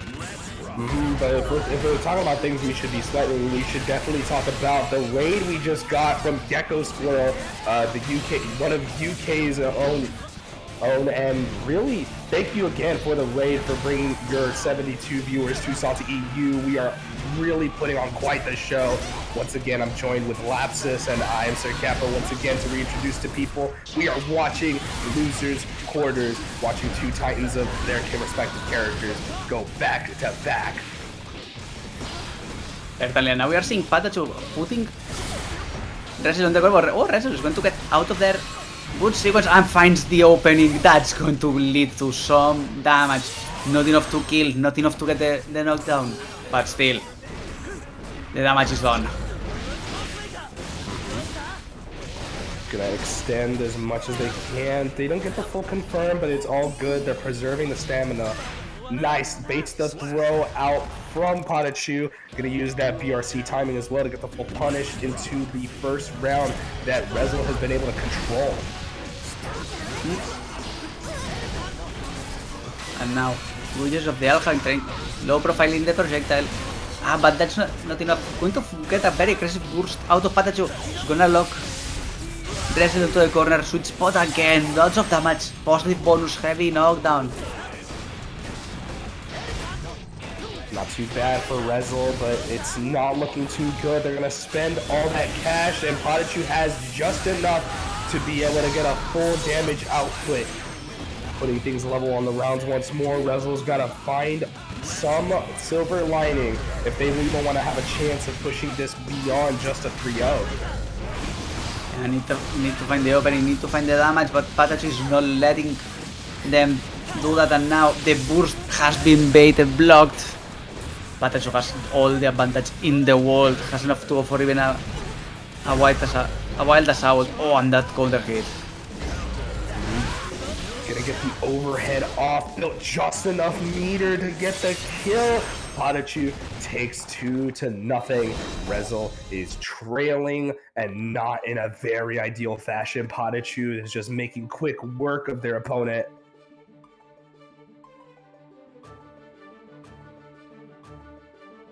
Yeah, it's even though the games themselves are balanced, even though slightly favoring PataChu, I don't think the result is acknowledging how we are seeing those games. Don't you agree? I mean, they're definitely not one-sided, that's for sure. Granted, Resil is getting caught significantly here and there, but Resil is definitely not someone you could just take lightly. And for what it's worth, they have been putting in work and have made PataChu have to reconstruct their game plan just to account for options that Resil has prominently known. Yeah, and the moment that you are forcing your opponent to adapt to your game style is the true sign that they are respecting you. They need to change how they usually go do their work just because you are that level of good. And as we're seeing already, and now we're seeing it, both players no burst.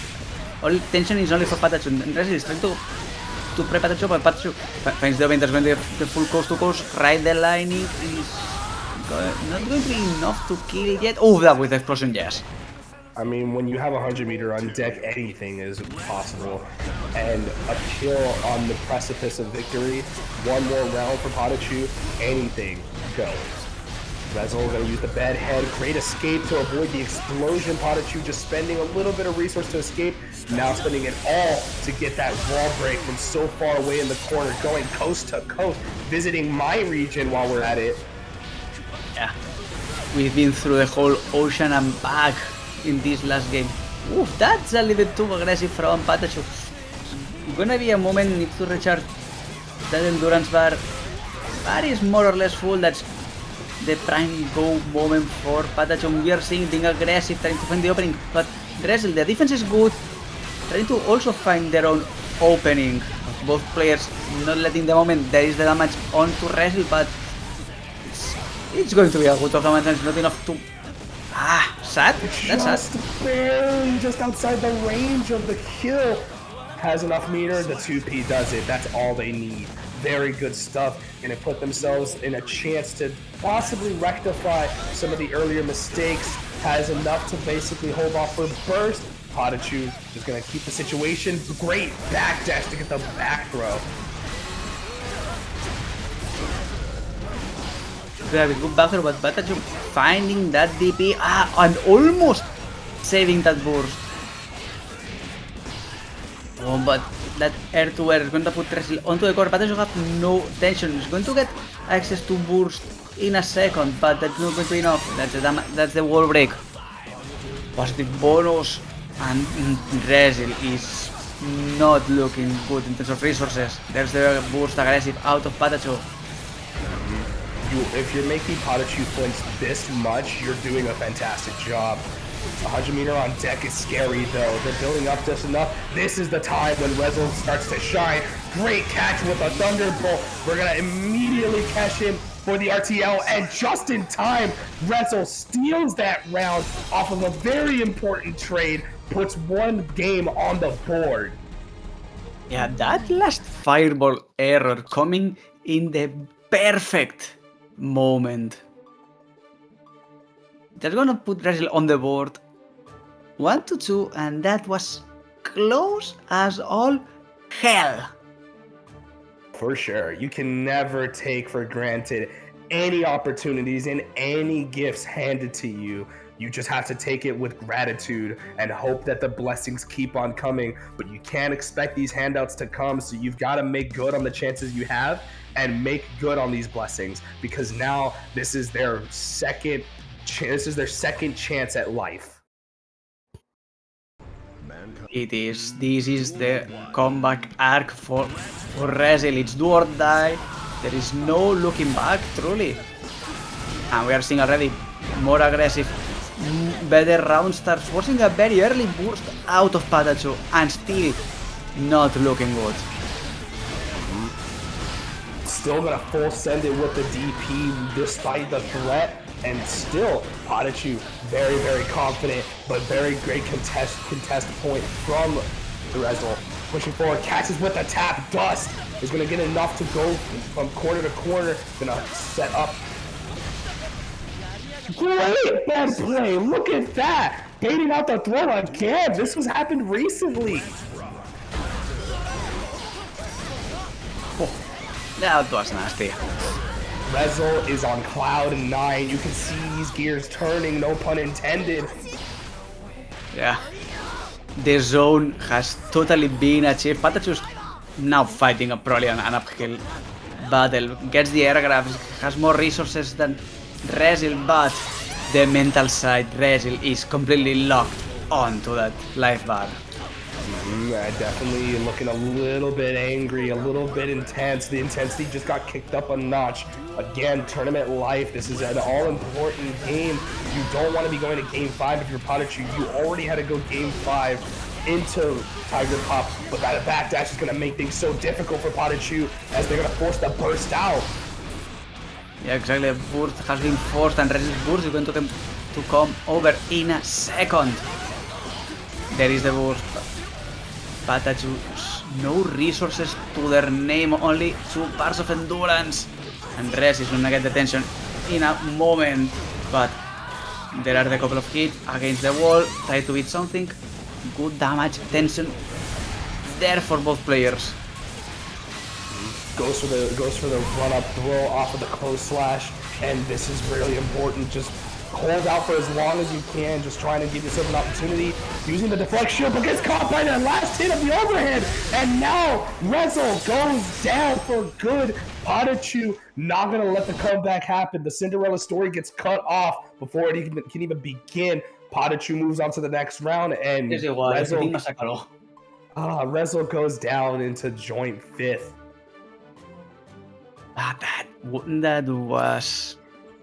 That was sad. That was such a good story. It is what it is, Lapsus. That is just the nature of things. Yeah, that's true. But hey, such is life in a tournament environment. You live, laugh, love. But the games are still oncoming, and both players are already locked into each other. They don't want to stop. They want to get the party going. It's Jason versus Crillou. We went from one Potemkin to another, but very vastly level of quality we're working with here. So how well can Jason Thomas play into Crillou by comparison? Because Crillou is much more grab heavy. It is, and we're already starting with a lot of damage already put onto the. Oh my god! Okay. Nerf Potemkin. Did he get two-touched? Yes. No way. Nerf Potemkin, please. This is almost as criminal as Andros' comeback against Leffen. I'm not gonna lie. You remember the kill combo? Sadly, I didn't watch the tournament. Oh my god, it was disgusting. Staggering with these far slashes, just holding down back. Crillou does not want to give up any space here. Great counter hit, 5-8, but bursts off the table. Crillou does not want the momentum to swing. No, they don't want that. Jason do want to keep that momentum. That's a wall stack pile bunker to break it. It's not much damage, but we've seen what happened before, and this is the start. Okay, Podbuster against the wall. What's your response? Just get a kimball damage, and that second one. Okay, that's death? Yes. The fuck? That's why you cannot take anything for granted. You got a very rotational character player like Andros, who really plays his character beyond the depths of what Strike Potemkin can do. But then you have Crillou, who is so aggressive and so greedy with these grab attempts. How do you fight back, and how do you answer to this? I don't have an answer for that, because they usually will say, yeah, just play a zoner, don't let Potemkin get near you. It's fucking impossible.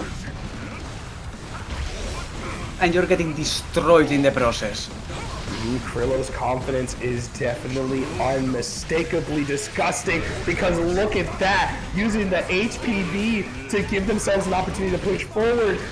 But finally, we get the grab off. YRC to keep the advantage. Versus on the table, just narrowly avoids Pop Buster. Narrowly, and Jason doing some damage, trying to get the momentum back, but it's not looking good. Has access to all the resources, but the defense on Crillou is impeccable. These confirms are not looking too great for Jason Thomas. Jason has been missing out on so much important damage to get the kill shot. Definitely due to character unfamiliarity, but at least they get the kill off this round.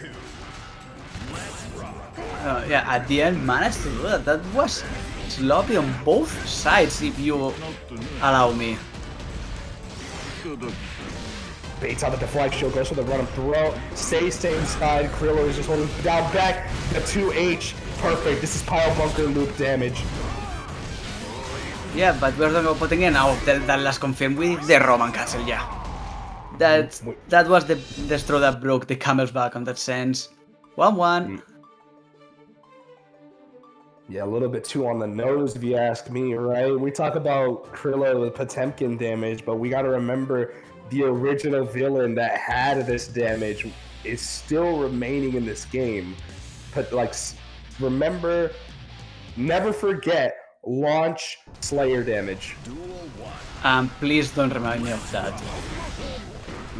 Well, we're going to be reminded every time we see a singular counter hit. We're going to use the space on the map a hunch to get the plus frames. Reset point for Crillou, but gets caught by the map a hunch. It's got truly that we have the pile bunker loops. Gonna send Crillou against the core instead of trying to do a more traditional one. Doesn't matter. Position is important. It's okay to the Romanate, and that's a good amount of damage that's going to be there here. Another couple of loops. Maximizing the amount of damage it could do. Nice pivot Potemkin Buster PRC to avoid any attempts. Bursts out, doesn't want to deal with the possibility of a Pop Buster jump scare, and rightfully so. They take the round, but at the cost of their burst. Oh, I'm good. Side switch. Oh, but this time Crillou gets the grab. Oh, and once again, we've seen a couple of times already. Jason managing to get out of those Podbusters. Some sticky situations. Managing to not get caught, but this is not looking good. But once again, Kappa, you've seen that, right? Once again, those grabs, impeccable. Oh my god. He read it like a book! The strike beast went into the throw! The heavenly Potemkin Buster! The chiropractor is in! And my god, Jason, oh no, not like this! Ow, my ears. I'm so sorry. I had to actually remove my headphones. I'm so sorry, dude. I'm so sorry for everybody who had to listen to that. And I have you at 45%. I have you at 45% on Discord, and I still had to remove my headphone because that was so epic, and Crillou just getting that was a good amount of positive win for for Crillou that heavily Potemkin Buster was everything that he wanted. He instilled the fear of God into that man, and let me tell you, I believe for a moment he tapped into his soul and just took all his hopes and dreams away. But once again, Crillou in the lead and is ready to move on into the next round before we even finish this one. Crillou wants to keep everything going, make it quick. Crillou knows that has the advantage of just the momentum, but Jason doesn't want to momentum anything, just want to get this done. Hold Crillou's advance in the moment and he's doing a good job as for now. That's a good amount of damage already done, but we see what can happen. Crillou can just one tap Jason. Oh my god, aggressive defensive pop buster to narrowly avoid any pressure moving forward. Just waiting it out. Jason Thomas is very good fuzzy jumps. They're just narrowly avoiding these grab attempts.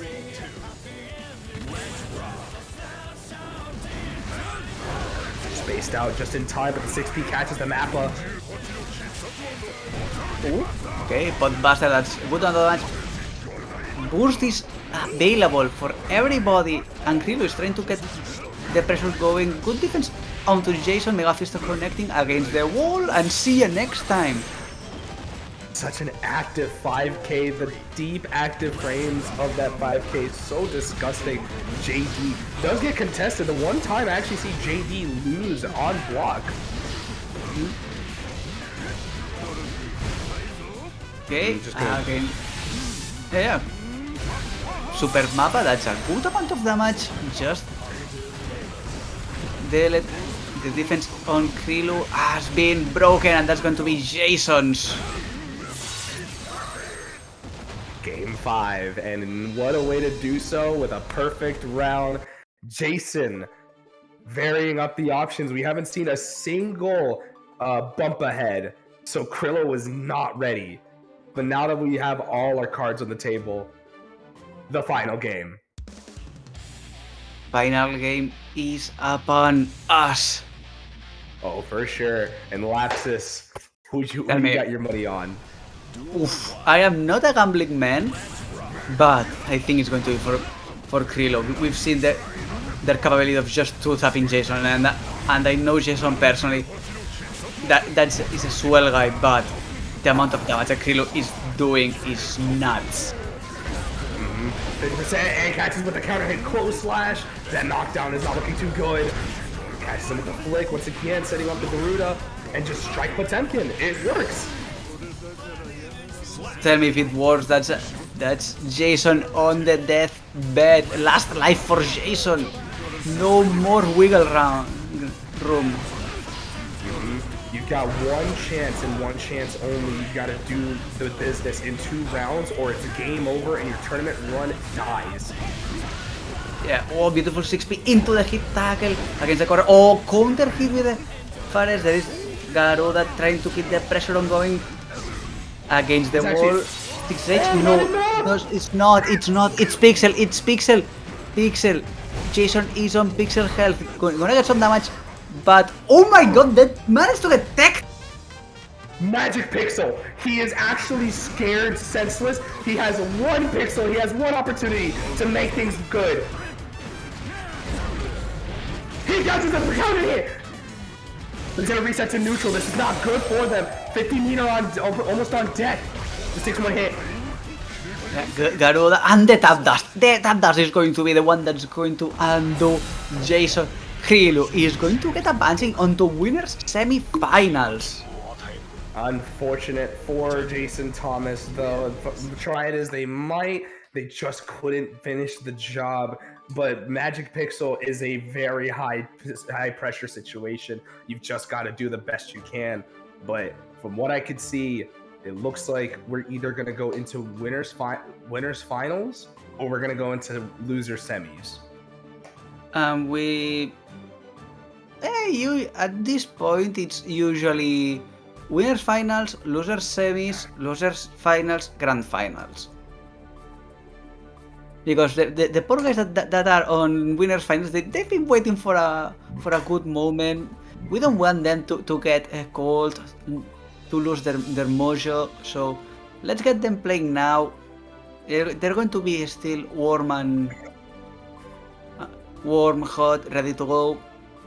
It's better for everybody. But you know what's also better for everybody, my friend? Yes, tell me. It's claiming those match arena codes! Exclamation point match arena on chat. Ice is already putting that it for you. Go claim those codes! Seriously, claim those! We still have 23 codes remaining. Okay, we've claimed more than half codes. Hooray! Perfect for everybody, but we are like 100 something people on chat? 130?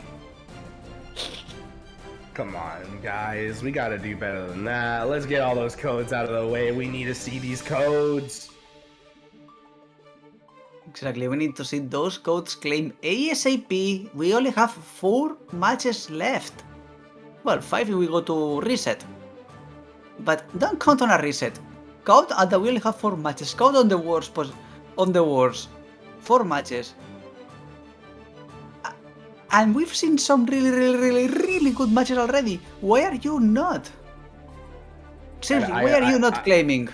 I do need to preface to Ice, if you could do me just the favor, make that pointer much bigger so the people in the back can see you and see you loud and proud for these claim code bombs. Let's see that. Yeah, let's see that beautiful smile. Yeah, claim that code. Exactly, go claim those codes. If Ice Puck face is not enough, it's for the players. It's for the pizza kebab. Pizza, pasta, put it in a box. No, Delivered. apparently it's pizza kebab, so a delicacy in the Nordic region. Ask Ice. Really? Apparently. I only have regular durums down here. Yeah, we got quite a few delicacies over here, but that are actually Caribbean, since Florida is very heavy, has a heavily Caribbean populated state. Isn't Southern Florida actually in the Caribbean? Yeah, it's by the coast. It's by the Gulf. Nicely done. Now we're pushing into our winners finals match. Tiger Pop representing the tried and true versus Andros, who is definitely, again, we talk about the finest of them all, and we see Andros on the prowl, one of Spain's finest, really putting on one hell of a show, getting the triple hammer fall loops. You know he's out for blood. What are we playing? Marvel? Seeing loops here. But yeah, good shit out of Andros on this first game, and Tiger is not the one to be left behind. Already good amount of damage, all the resources for the gun ready to go, but those slide heads are paying dividends, and oh my god, another pop buster of the defense. Challenging with Pop Buster mid-string is disgusting play, but that's Andros. Andros is brave enough to do it. He's crazy enough to do it. And Tiger Pop, recognizing this, is going to have to make quick adaptation if they want to stay alive. Yeah, this Deus Ex Machina is going to be a lifeline for a moment. Get all the bullets ready, but oh my god, once again! On defense! We've seen it again! On defense! Those pop busters are coming out of nowhere! What are we? Randall Keith Orton? From out of nowhere, Andros sneaks it in time and time again. This is the man that fell weapon during the height of his powers, and now it seems to me that Andros is en route to put down yet another Happy Chaos, a very well prominent Happy Chaos for that matter. But we still got plenty of time to really figure out and how well Tiger Pop can adjust to all these belligerent offensive structures. Need to see, because I mean, both players have faced before a good amount of times. We've seen the sets go both sides. Headstomper finals going for Andros. The Dueling Nations has been more Tiger Pop favored. So it's almost a true 50-50 situation. But as of now, Tiger, good sequence, good damage done on 200, but that's still not enough to put any Potemkin player on danger. 50-meter on deck, you've got to be careful if you're a Tiger Pop. Recognizing the threat, just goes for the reset with the J2K. Is going to try and stagger their options as much as possible, but you can't leave too many gaps. You got to keep it airtight. And keeping airtight it is, that is a good damage done, but Andros has full tension gauge and that is danger. There is one pop faster, no Roman, doesn't matter, we have enough sequence and there is that's kill! Again, what can you do but put your hands up and say, you know what, I'll take the L on that. That's just an Andros round. Yeah, down but not dead. Hurt but not broken, and Andros is just playing the epitome of Potemkin. Just hold on to the last moment, and if we're still alive, you are not going to come out unscathed. Can we talk about just how defensively sound Andros is to be able to hold themselves back long enough to be able to turn the tides against Tiger Pop here? Does get the crossover, which is good, but doesn't confirm. But this is changing things. It is bad. Now it's the moment to oh no, that flick connected, that's so good, but full tension gauge for Chaos, that's a Deus Ex Machina and that's going to kill, but that was nuts. That was so important for Tiger Pop there. That drop gave them just enough to be able to turn things around and then put themselves level in the rounds. Andros gets caught by the J2K.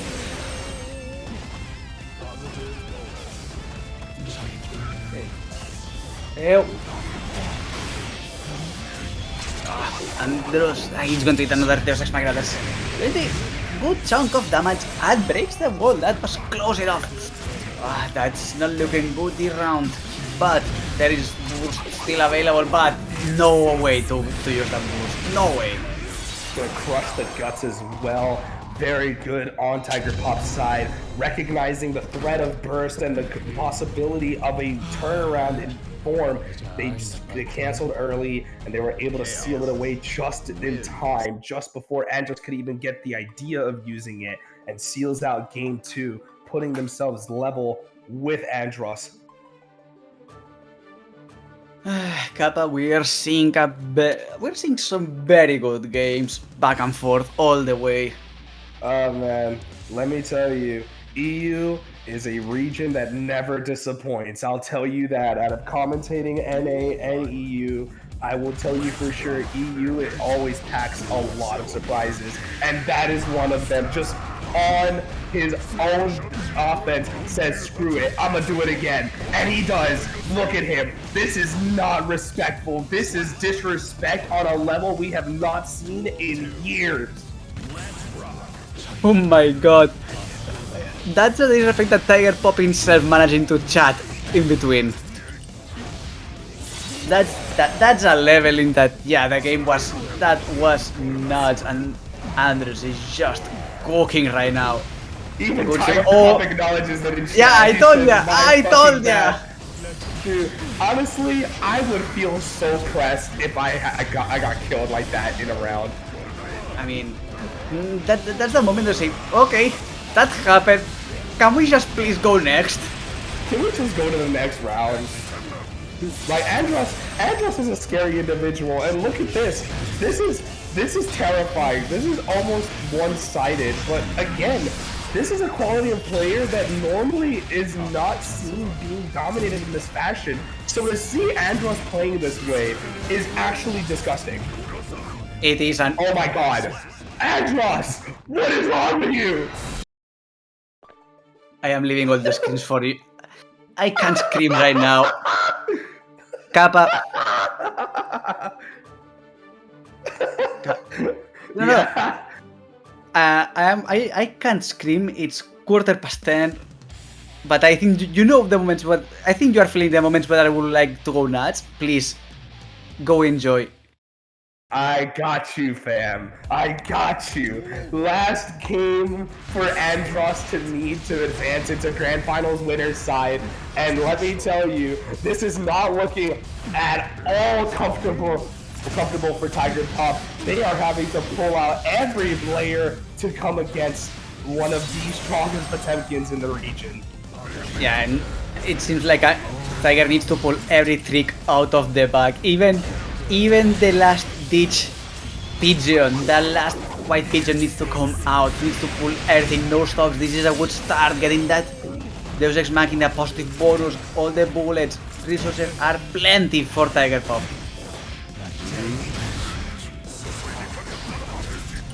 Bursting away, backing away as well. The positioning board is important for Tiger Pop. Now you're in very dangerous territory. You do not want to be here.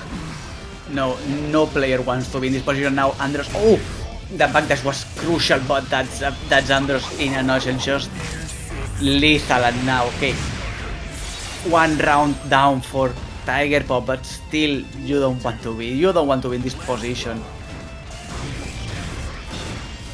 Holding it down for much longer. Again, disrespecting the offensive structures that Tiger Pop has been representing. Pushing forward, just waiting for the opportunity again, the Pop Buster. The pressure unrelentless, another check, another slap, connecting the 6P hits. The AG shield, the others. Please go nuts. That was nasty. Forget it, RC. Oh, he actually flips the limit. That's almost pixel perfect. Gets the JP off of the J2K to a jump install. We're gonna get the wall break early, and let me tell you, Lapsus, I am kicking my feet right now. Kappa, I have my hands on my head. You can just imagine myself right now. I am just gasping. He fumbles the gun. He has no bullets. He has no resources. He's gotta push forward. Oh, and the Crillou connecting, trying to bait the boost, but no joy there. There is a aggressive boost by Andros, still having access to half tension. The boost by... Oh my god! He almost gets it. He gets puts a game on the board, and we're going into game 5. Oof.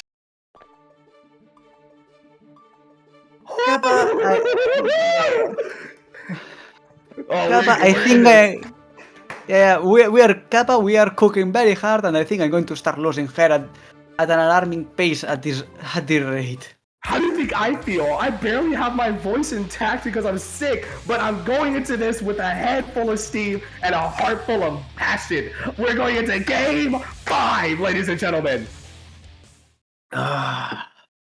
Please, my beating heart, stay alive, because this game is too big right now. And the round start, Podbuster. Andros, what is wrong with you? Andros decided it's time for violence. There it is. Burst already for Tiger, but Andros choosing violence. A good response there, but staying alive, Andros, staying alive. What man thinks on game 5 scenarios? I'm just gonna ball. Andros balls all the time. It's the only way that they know how to play. You have access to full burst. Okay, there is the burst. 100 meter on deck, super focus. Super focus, still going enough for something, and there is Deus Ex Machina against Potemkin guard crash. That's not going to be enough. Not even the wall break is enough. Yeah, but you gotta consider 50 meter on deck. Gets the crossover as well, and we got Tiger Pop possibly being able to turn things around and put themselves in winner's side grand finals.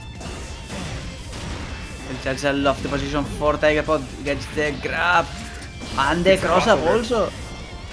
Tiger is just unrelentless, not letting Andros get a breather in.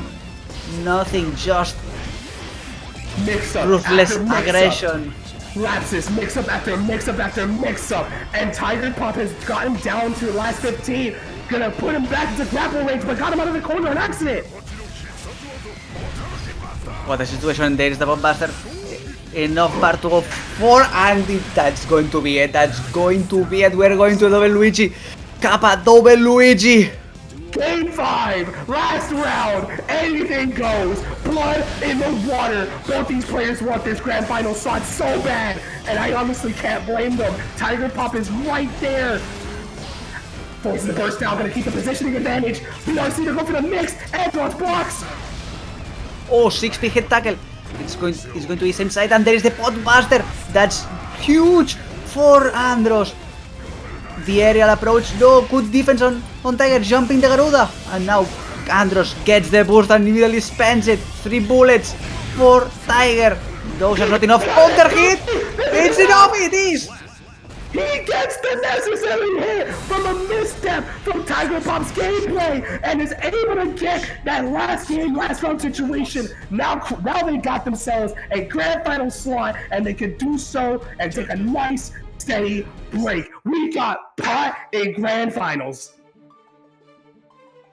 Poof, poof, poof, poof, poof. My heart keep beating my heart. That was nasty. That was tense. Everybody on the edge of their seats looking at the screen. And we've seen a beautiful game of Guilty Gear. Beautiful. Oh man, the best to ever do it. The man, the myth, the Spanish legend himself, Andros, the best to ever do it in his own character, man. Really sets a light and shows a different style that no Potemkin really can replicate. Just has that ability to turn things on a dime. And even on a losing situation, this man doesn't know anything but how to ball.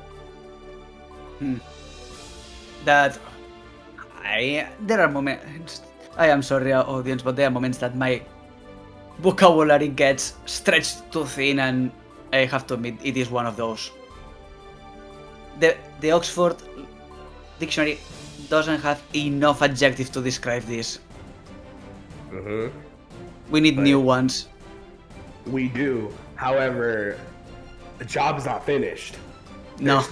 There's still plenty of people on the loser side who want a chance at Andros, and one of them is waiting down below in the loser side now to get a second chance.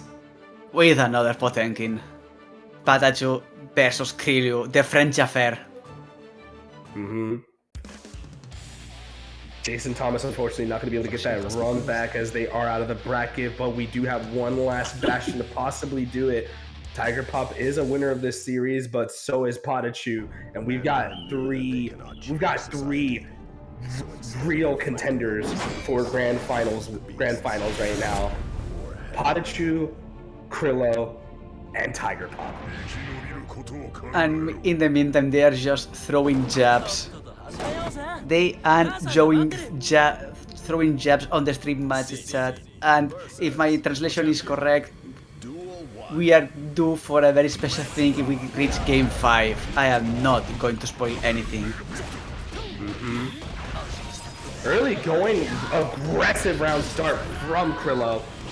Crillou is going to have to pull out all the stops. PataChu has played some impressive players, and Crillou, no short affair either. This is going to be a very difficult match to deal with and contest with, but PataChu is very resilient in nature. Certainly, but I'm evading that first pop buster and finding the opening that's against the wall. Yeah, PataChu is just not wanting to let Crillou get started, and it's normal. You don't want to get any Potemkin started. It's not safe for your life. It's not safe for you here. You like, they're gonna try and kill you. You gotta understand that at the end of the day, somebody has to give. Somebody's gotta go. Somebody has got to go down for good. And PataChu is looking to make this a very easy affair, but the 2S counter hit is going to give him just enough time to get the Pop Buster with a significant award. Trying to go back-to-back attempts at the Pop Buster, but not catching his man. Yeah, that was too far for comfort, and now PataChu is just going to go for the right lining. We're going to see fireworks, yes, and those are enough. First game goes to PataChu. You can never, ever look down upon. You can never look down upon what players are willing to do for the right circumstances. You've just got to be ready. You can never let things go past you, and if you do, good luck to you. I think I am more enthralled on the bad mouthing that's happening on chat. What's going on in chat? On the stream matches, they're just throwing jabs at each other. You need to pick something that's in the Latin family to understand a little bit, but hey, Mankind knew that they are not holding back. Neither are in game nor in the chat. Unfortunately, even though I do speak Latin language, I don't know what is being said because I don't speak more than one. I don't speak them well outside of English. Yeah, it's mostly that people not wanting to get Deltarune spoiled or something like that. But hey, going for the frame kill with the whiff throw is devious work. It is devious and it's working. Dividends for PataChu right now. It's still having an advantage on life. Resources are going to kill you at fully advantage, full tension, full burst. And PataChu is looking thin on endurance, case, XP, trying to connect, and those Potemkin busters all failing. PataChu giving, respecting the distance completely. Crillou's trying to test the water, see what they can get away with, and so far, they're eliminating a lot of possibilities, which is really good for them. It lets them know what things they're going to have to play around and what PataChu is going to expect. Probably instilling the early mental stack so that way they can impress them with even more diabolical tech. Oh, I'm talking about diabolical tech, big block on that burst. This is just a quick, easy 1-2 damage against the wall. Aegis Reflector dealing a shit ton of damage because they and he does another DP. Look at him. PataChu has no fear. Nah. PataChu, no fear, just damage, just pressure. Crillou defense are good.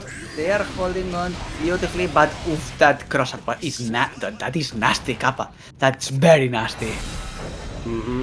Again, I've said this multiple times. Back to back. 1-to-1. The sets are level. It always goes to the game 3. Game 3 on to game 4. I don't fancy 5, but it's looking so close. Everything's looking too close. If I'm blessed, we'll see another game 5. Duel 1. If I'm blessed, we'll see a game 5. And we get a pot buster for your troubles, good sir. Good sir indeed. PataChu's burst is forced out very early onto the match, and Crillou is just unrelenting there. Gets another couple of good hits against the wall. PataChu is, and now Crillou is just have advantage there.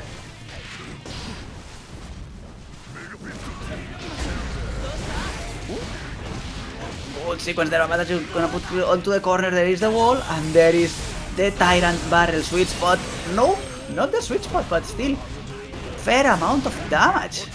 Oh, that is smart from Crillou, utilizing the Pot Buster on defense to outweigh the reward of the Hoof Stomp, and just steals away a win.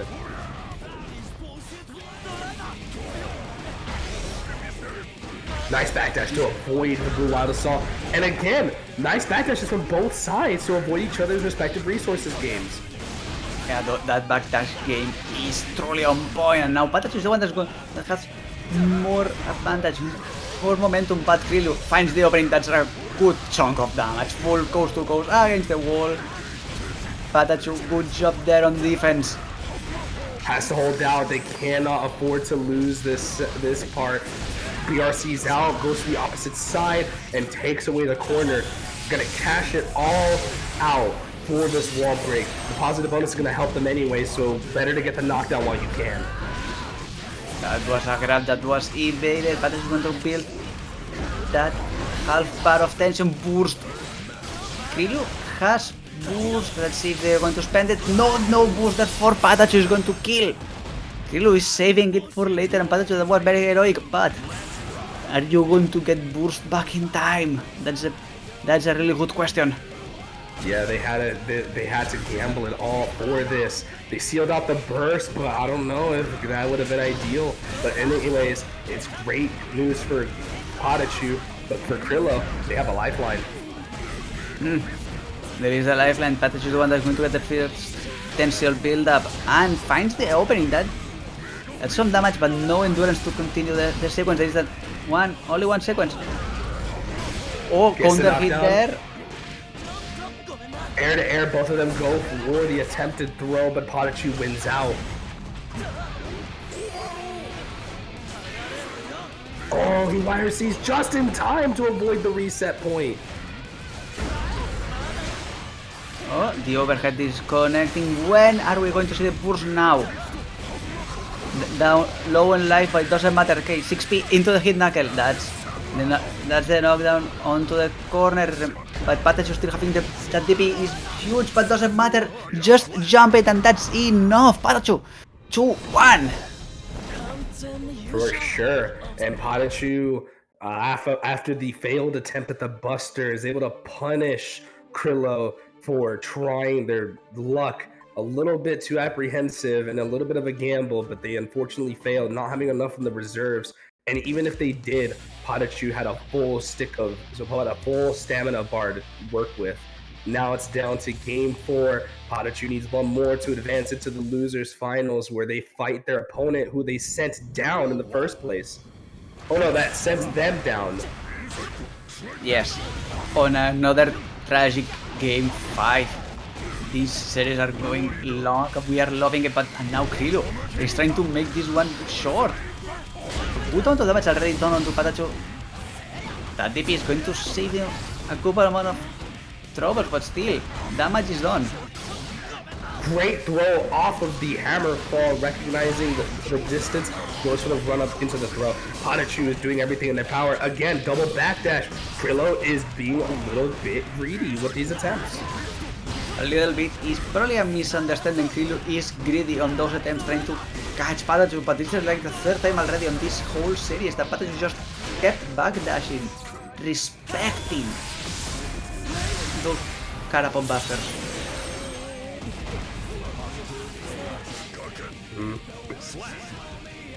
Gonna catch him with a low, then moving into the next round, and has a good feel for the neutral game now. Knows what they're gonna have to do, and doesn't have to worry too much, as they're just gonna extend and keep the corner after the failed attempt at the max range conversion.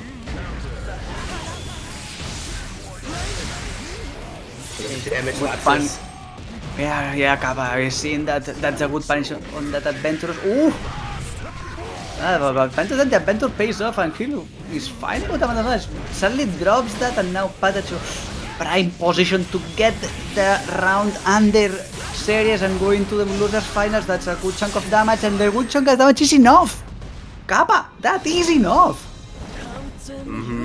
I questioned whether or not it was enough to kill, but we gotta consider that this is 100 meter, and on top of that, it's wall break damage. So Sin is just that potent a damage killer and able to fall down one Potemkin.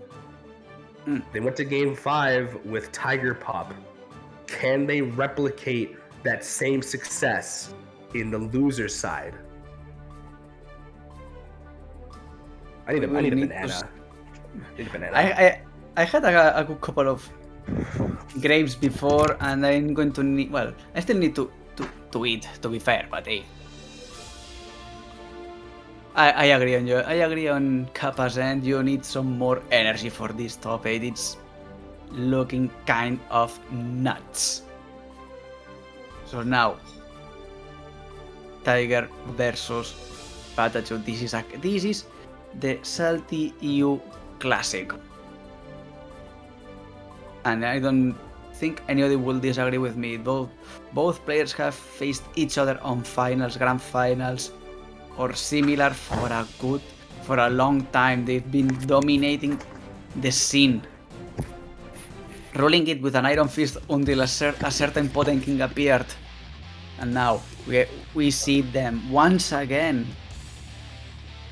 Losers finals. Winner has a chance to face the Andros faced shaped boss. Loser out of the tournament. This is not for the faint of heart. This is not going to be easy, and more importantly, this is only the second biggest hurdle of the tournament. Right now, it's a matchup that is grand finals worthy, and it's in losers finals. We're seeing already Tiger Pop is gonna go a wall break with full jealousy rage. That scene is not long for the wall. Ooh, being a hero, bursting on the dance side, but still adds a lot of jealousy. That is a pickup? Yes, it is. Not gonna go for the explosion, just a wall break, but the thing is that A.B.A still has jealousy, but the overhead is going to connect. All they gotta do is just hold out the line. Pixel health and a dream, that's all they need. And it gets chipped out, unfortunately, for PataChu. Not FDing the previous attempts from Tiger Pop, but does get the whip punish necessary. Is gonna get enough to get the weapon. No! Just outside of the TP range! Just outside, and which means that Tiger is free to run offense as they please. There is the opening. Keeping the party, that's just the wall break. Positive bonus is on hand, but that's more than half. That's still a lot of jealousy that's going to get chipped away with this super. But still, Tiger is looking good, and there is Kiss King on jealousy. That's the max damage form. This is gonna kill. It doesn't kill! Backdashes away to K2D. Hero burst again. Pixel health and a dream once more. But just like before, they get clipped. And game one goes to Tiger Pop. Yeah, game one goes to Tiger Pop. That was a good sequence. For some reason, as we are probably both asking ourselves, how did that super not kill? But doesn't matter at the end. That nip on the heels is enough. 1-0 for Tiger Pop. There is no rest for the Wicked Lapses. None. Nah. Because once they get through this set, the player who comes out on top has to go into grand finals against the best Potemkin in the world. Yep, that's a fair trade, I think. You get to face some of the best players in Europe. Your reward. Best Potemkin in Europe, at least. That's confirmed. And there it is. Something that PataChu was alluding on the game before against Crillou. Throwing out the Unika. The Unika has appeared, I think, earlier than expected? Question mark, I don't know, but that's not something that I am prepared for. Me neither. Honestly, I was not expecting them to get the Unika out. They are going to use the enhanced laser, using the enhanced stun dipper as well. Try and get an approach. Great use of the JD to set up these 50-50 from so far away. Nice whip punish off the 5H, but now able to convert into that max range 2S. And Tiger is already relying on this. DP gets blocked, and now it's just free damage for Tiger. Moroga invoke, and that's enough to kill. That round could have looked so bad for Tiger Pop, but just able to survive long enough. PataChu unfortunately needed that round, but didn't get the win off the first round. Michael Sword catching very late, but no confirmation from that far away. No. Now, oh, Danzai! R.E.V.O connecting immediately, going for the Call of Cthulhu. Just maximum damage of that interaction. Blast off, blast your problems away. Going to utilize the laser and catches with the stun dipper. Now reserved from corner to corner. Using blast off to extend and gets the wall break off of a simple 5H. Now a lot of meter on deck. Gonna farm slash round start as well. Yeah, but more importantly, Tiger has more than half Tension is gonna get boosted in a moment. That is dangerous. Also, Celes is activated. There should be the boost usage in a second. No, saving it for later. Utilizing that confirm. It's simple. It's pretty. It's not pretty. It's simple. Using the 5HH to be able to give themselves a good enough space away to reset. But here we go. Double, like triple overhead and everything. Nice shimmies from Tiger Pop to really force PataChu to flinch. Exactly, and with that, almost full tension. I mean, almost full jealousy, and that's enough. It's just, it's unrelentless. The moment that Tiger has tension and has a free moment to just push damage, good luck blocking that. And while we did have plenty of time to really get some of these overheads out of the way, and some of these potent options too, PataChu has not been able to get much momentum to really push themselves in a winning fashion. They are going to stick with the Unika, believing that this is possibly the only way they can win by utilizing the unfamiliarity of this character to an extent. But if anybody can do it and deal with this unfamiliar territory, Tiger Pop more than has the capacity to do so. Exactly, it should be Tiger Pop and PataChu are just gambling a little bit on noob character syndrome. But we've seen Tiger Pop just perform miracles constantly, so it's a tall task to us to. And right now, I don't think it's paying off personally. But we need to see how. Yeah, good sequence there. That's a good chunk of damage done, but not significant yet. Nice, gets to throw PRC off, just recognizing it last second. Tries to go for the whiff punish with the 5H, but just in time, Tiger Pop was able to contest and get the install off. They uninstall just in time and be able to restock on the resources. Exactly, half tension, half jealousy, almost full burst. This is a lot of resources for Tiger Pop. Good blocks this time for PataChu on the triple overhead. The grab gets stacked in the air. Very aggressive burst on the 6P is enough. Immediate 6P as well, gambled their life away on that 6P, and it worked out just in time. Blast off, yes, you're gonna use whatever you can to keep them off of you at all times. Contest the Rekka with the 2K cancel, and cancel into the Arbalest overhead. And with that, no more jealousy for Tiger, even though the offense is still going on. Wow, Kappa, that's almost full jealousy. It's not looking good, but a BRC 6P can change things though. It truly can. But I don't think that no, this is not going to be able to be saved. That Call of Cthulhu, that Roman cancel, that's too much damage. Too much damage, too much meter, too little, too late. It's one last round. Gonna stand off the blast off and look at the damage output. Good chunk of damage done to Tiger Pop. Tiger Pop indeed going for the install burst to save that counter hit. But PataChu, beautiful sequences of right now. Whiff punish after whiff punish. That is one of the finest whiff punish tools I've seen.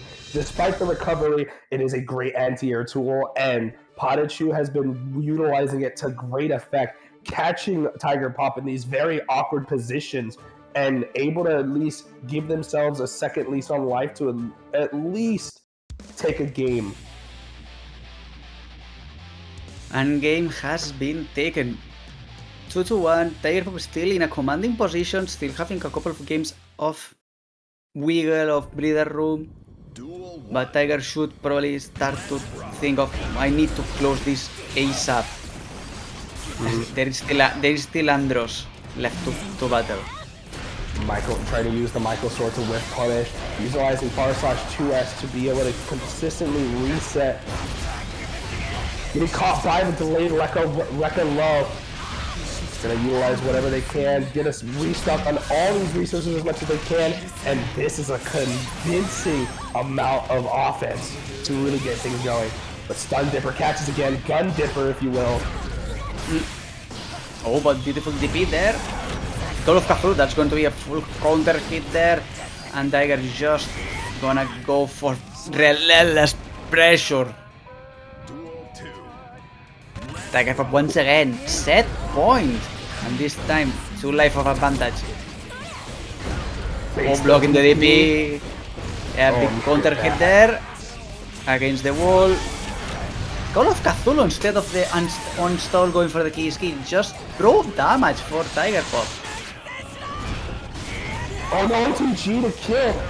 Gold Burst to try and get a last-ditch effort to survive. Try to get the extension off of the Greed Sever, but gets caught by the 5k. And despite their best efforts, it was a much more convincing affair for Tiger Pop, as they have had ample time to consider the options that PataChu was able to represent, getting a 3rd place finish. Now we're moving into grand finals. We're getting the run back from winners side finals. Exactly. Valiant effort on PataChu's side, but at this point there was nothing that you can do. Those were some really good games, but sadly Tiger Pop just Tiger Pop. Yeah. There's only so much you can do, right? You just gotta take it on your chin, take it on the chin, and like hold out for as long as you can, right? You can't really be too mad. You're playing against one of EU's best. So if there's anything to go by, I think anybody in their right mind should be able to recognize that they're performing well enough to really get things underway. But unfortunately for PataChu, they do not take grand final slot. Instead, their arch nemesis has to fight again against the world's best Potemkin once again. It's not like this is the first, second, or I still don't know. While like 130x time that they face both, we know that those games are always electric. We know that those games are always lit. But you know what you can do to help elevate those games? What can we do? Tell me. You can go and claim those match arena codes, my friends. Damn right you can. And you know what? If there's ever a time to do it, it's now. There are only 17 codes. And you know what I'ma do? You know what I'ma do? Just to assist, I already claimed the code for me. I claimed the code already. But you know what else I could do? I can claim another code with the YoKai account. So let me go do that. Even the YoKai main account is claiming a code because those games are too lit. Those are too good. 15 codes remaining to be claimed.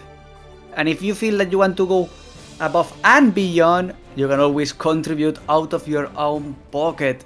Everything is appreciated. But we want to see mainly want to see those codes counting down. 13 codes remaining as of right now. Live commentary of the codes. We have 150 people on chat. Alrighty, yeah. Let me sign out and let me sign back Kappa. Don't. It's apparently against terms of service. Really? Apparently. I did not know that. Okay. That is... Crisis. Okay, we've averted a crisis. Averted. But okay, crisis averted, yes, but we still have 11 codes remaining. So please go clean the codes because the grand finals are starting right now. I do apologize that is the case. Again, I'll make sure not to do that, but I will keep that in mind for the future as well. But anyways, here we go again, pushing forward. We're back to winning ways. Andros the Tiger Pop. Who's gonna come out on top in the second act? Great backdash to avoid the clone slash. Yeah, good use there, and Tiger immediately going for the yellow, not wanting to let Andros be near them. And now Tiger has Andros on the corner, but it's still very dangerous there. Mega Fist of forward. Still good defense on Andros. Only a couple of hits, very straight. Not really significant yet, but though this is a very significant combo. Immediately going for that Deus Ex Machina. Break wall, positive bonus, full reload on bullets. Hammerfall right through the pressure. We cannot afford to leave even a single gap, and if you do, best hope that Andros doesn't have an answer for it. Burst right at the pivotal pixel, but what an air throw to answer back! And this is the kind of energy that I need from Tiger Pop. If they even want to get a chance at victory, they gotta win 6 in order to take this crown. They need to win so many games. They need to start winning now. Andros gonna get another Hammerfall. Garuda gets the flex shield, but that's not enough. We've seen a couple of Mega Fistos hit tackle, and we are going to get the full punish there. Yellow be gone. There is the shield. The YoC got eaten. Yeah, by the blue one. I've never seen that. No, I know that this is possible, but that sucks. That is a head-in-hand moment. I know for a fact people are pissed. I've had that happen to me before. Okay, no burst on table. Both players have tension gauge. Nice crossover. Has enough resources. Has got to be careful with 50 meter on deck for Andros. Counter hit there, no bullets, but doesn't matter. Deus Ex Machina is going to solve that problem. But 50 meter on deck again. HPV is more than a possibility. But gets the JD, crosses over and flips the input. Not enough time for Andros to be able to input HPV at all, let alone to get an opportunity to fight back as the JD crosses up and takes the game. Tiger Pop putting that first step onto a very lengthy process that needs to culminate on winning 6 whole games. That's the first one. We need, and Tiger Pop needs to at least 2 more, and Andros get that head back into the game, win those 3 games and close the tournament and get crowned Salty champion. But if they even want to get a chance at this, they gotta stay vigilant, stay resilient, and hope that Andros doesn't have any more fight left in them. But this is gonna be a very hard-fought battle if they even want an opportunity.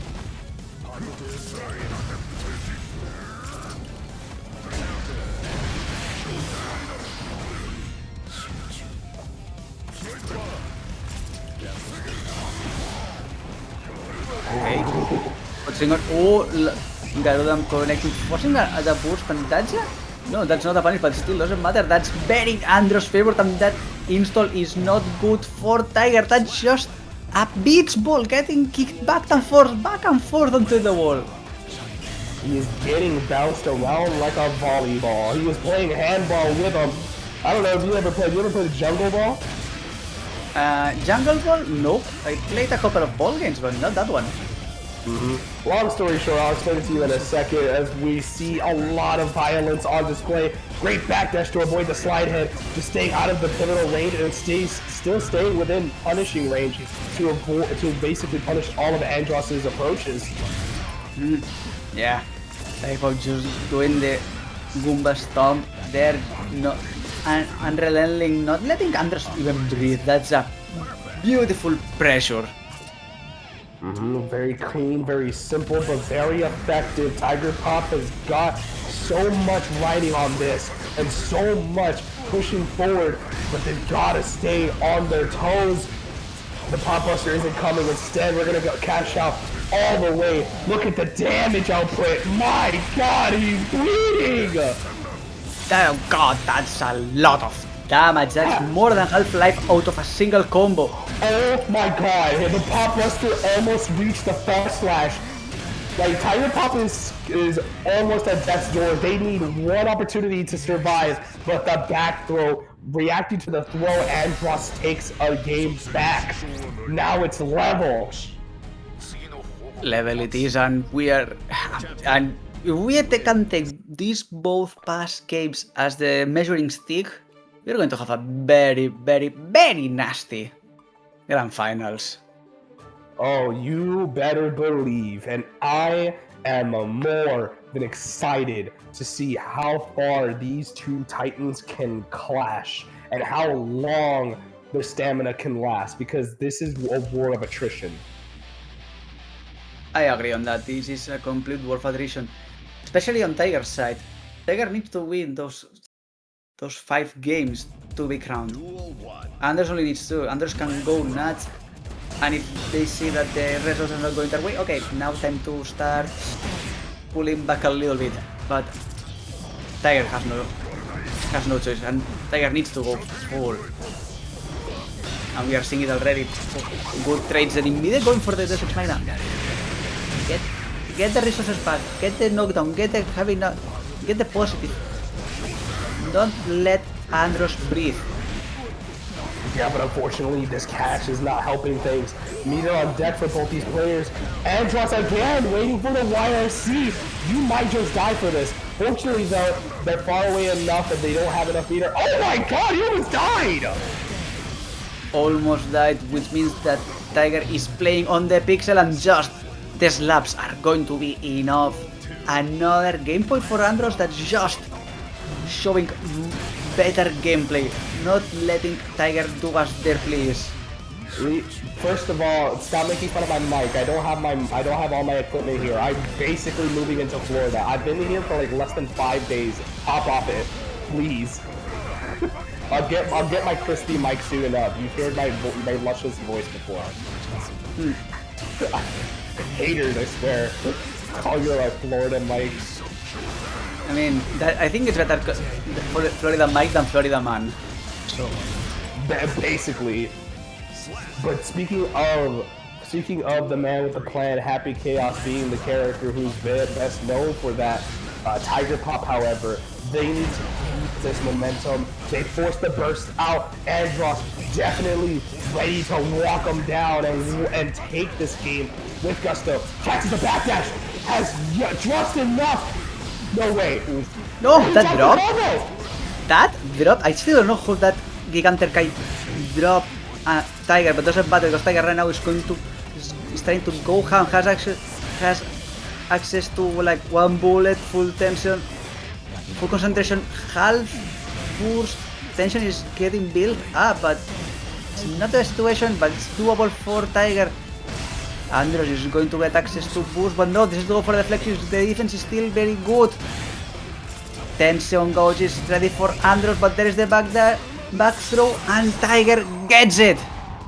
And yes. Yeah, he did. I don't think he flicked a bullet mid-set. Like yes, he flicked the bullet. He did. I don't think I saw it at the time, so I probably missed it. But he did flick it last time in the last set. But very good. 1 more game, reset point. Tiger Pop just needs this 1. They just need the 1, and they can move even higher and put more pressure on Andros. It is the way. A very aggressive burst out of Tiger, getting the color hitter, getting responded by another burst. Oh, counter hit situation there. Before. Yep. Oh, no. I think this time is going to work. It is playing juggle against the wall. 6H. See ya next time. Thank you for flying with Potemkin Airlines. Thank you for flying Air Zap. Your ass is grass.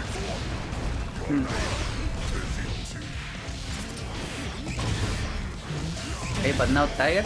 Good sequence. He's gonna get the full juggle, but Andros still very much a healthy boy. Defense is on point. The cross-up is sadly not blocked, but still. Good job backdash, buying some space. But not enough. Okay, he's gonna go break the wall, get that Deus Ex Machina, reload all those bullets. But Potemkin's burst is almost ready to go and has more than half tension. Oh, what an excellent backdash. Andros just in time is gonna steal the game again. And HPB just to add insult to injury. gonna bring them up to heaven to bring them back down to hell. Now it is even. Another Game 5 scenario. Game 5 possible, last game for Tiger Pop possible, tournament game for Andros. Chat, if you haven't enjoyed this series so far, this is going to go to another level. Now, Ice, if you could do me a favor, you have the power. Add a poll. Will we get a reset or will we get our new champion tonight? Kappa, this is getting too much out of hand. This is, I mean, how much better do you want it? How badly do you want the reset? Because I want the reset. Personally, and do nothing of gameplay, I don't want the reset, but this is just out of my own personal reasons. But I do enjoy the game. Oh, the hit tackle! That was raw hit tackle connecting and buying that much needed space for Andros. Okay. Oh, that cross-up actually worked out perfectly well. Back the throw, both players' tension actually going. The flex shield baited perfectly by Tiger Pop, and now, as we said before, Tiger Pop has a reset point. Andros needs to stay alive, needs to win this game, needs to force last round. If there's a time to do it, it's now. They've got to do it while the going's good. Nice counter hit, bar slash, forces Andros to use the burst now. Positive bonus is starting to wane. You've got to do something now before 50-meter comes up. You need to, okay, this is a good start, Podbuster, that's Half-Life out of chaos already. Okay, Mega Fisto connecting, good blocks there, but the cross-up is going to happen, the defense is still holding on, 6P, the hit tackle misses! It's like connecting, the Podbuster misses, the first one misses, but the second one not, the second one connects! We're going into last game, last round. Reset point or tournament point? Which is it? Call it right now. I am going for the tournament. I know my Andros. Andros can't do it. But Andros is bleeding a lot of health. Look at that. Burst is almost on the table. 50-meter on deck. Almost enough. 50%. Oh no. Tiger Pop cannot afford to make a mistake here. Oh no! This is perfect! He has enough Pixel! Pixel! No way! No way! That's a start. That's 100-meter on deck though. No way! No way! No way! Yes way, Andros. Pixel health! Oh, Moshindeiru!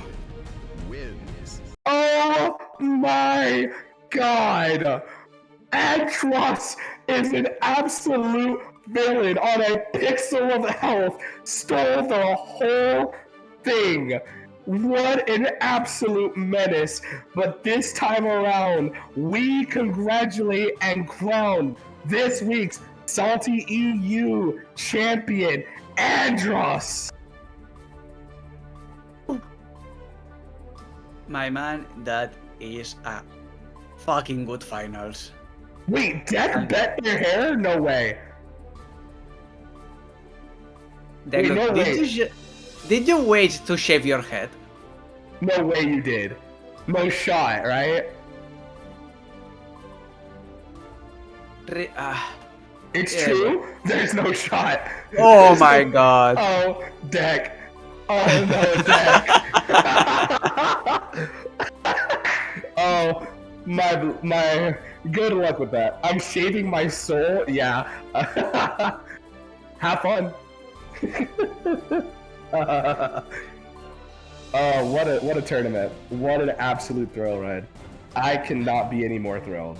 And having Deck in the chat, I'm excited. Like maybe in the future, if I ever get the opportunity. Yeah. That was the cherry on top. Truly. It was. That makes that so much funnier. This makes the Magic Pixel that much more horrific. Oh man! Wow, what a tournament! What an absolute thrill ride! It is. That's a thrill, right? That you're starting, okay, we are having fun, then you are being thrown left, right, up, down. You are staying like half a second, like half a minute upside down, simmering on all your issues, and then back down with a final loop and just pure ecstasy on the end. That is that's a tournament. That is one of the most despicable displays I've ever seen and ever commentated in grand finals. I've seen some amazing sets. I think my favorite set that I've ever commentated of all time was Resil versus I forget who the Johnny was. I think it was Gideon at the time. So it was, I don't think it was Soap. It was Gideon versus Resil, game 10 last round. Off of the reset, Resil entirely on Dizzy for the whole tournament, except for one match where he played Bedman. But other than that, took the whole thing on Dizzy. It was disgusting. It was really cool, man. One of the best sets I've ever seen in my life. But I unfortunately never got to commentate that one, I don't think. But here we are. I did get to commentate this one, and I had a lot of fun. Hopefully the next time I commentate, I won't have this headset mic, and instead I'll have my usual mic. But yeah, I hope you guys had a fantastic one. I know Lapsus here was having a lot of fun. Yeah, I even though my voice doesn't seem like I was having fun, you can just look at the hour, look at that I have an open window, and you can understand I was not able to go as nuts as I would like, but still, yeah, I was having a blast. It's been a good while since I've had one of those. Yeah, it happens. But luckily for me, at the very least, I have a headset that's decent enough. So it's serviceable at best. It's definitely not nearly as bad as people are making it out to be. I've heard the audio back. Don't give me that shit. But it's good. But I would like to ask though, because I know you're very open about it. You're allowing us, but would it be possible for us to plug?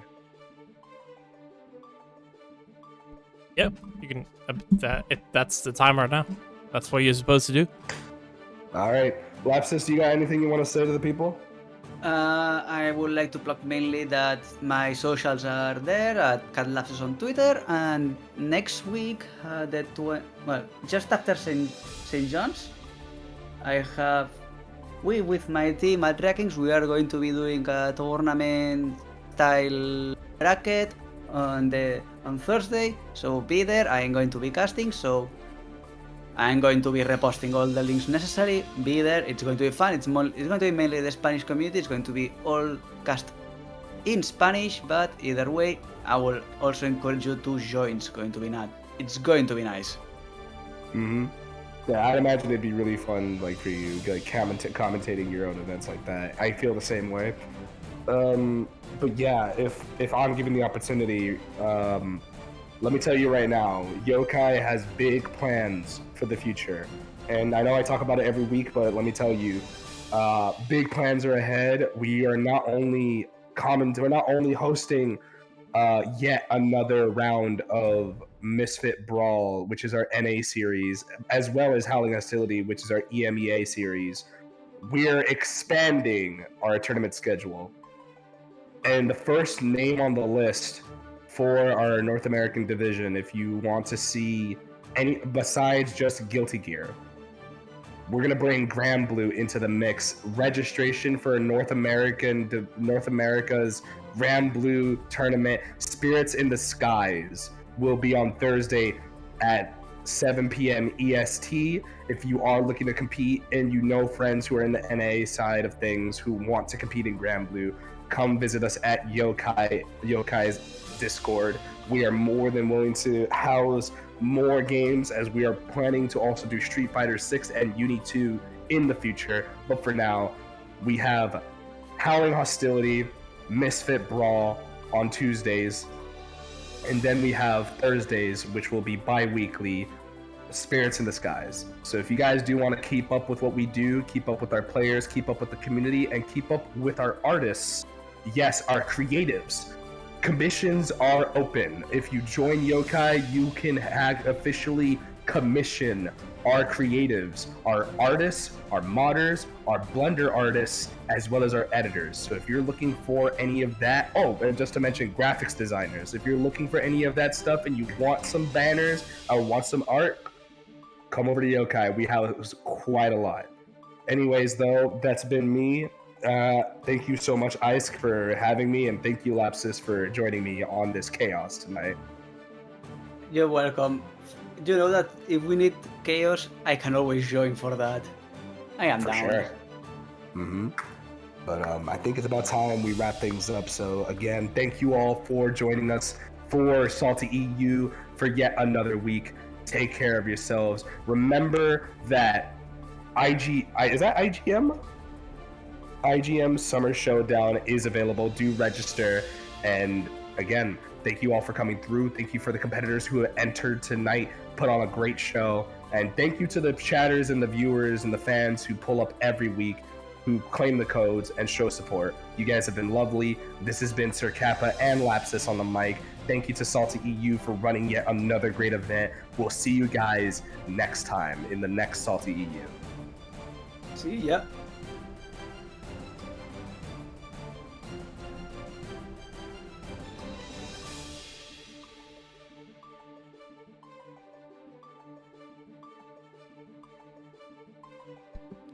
Damn, meltdown as well. But yeah, if you haven't, if you don't know, definitely IGM hosted by the, the Irish community, kind of like the, I guess, spiritual successor. If you ever had the pleasure of going to Celtic Throwdown, so they're trying to run some majors over there, well respected, like every season. So it's like, this is the summer version. They have the autumn, winter, spring. Spring had like 100 players. Kind of cool. Yeah, I mean, it is kind of loaded, of course, but if you're not going to mix up, if you're not going to meltdown, then there you go. You could definitely check out the IGM Summer Showdown. If you are in the area, just want to visit Ireland, definitely a good place to be. But yeah, definitely gotta be a stacked weekend, man. See, this is exactly why.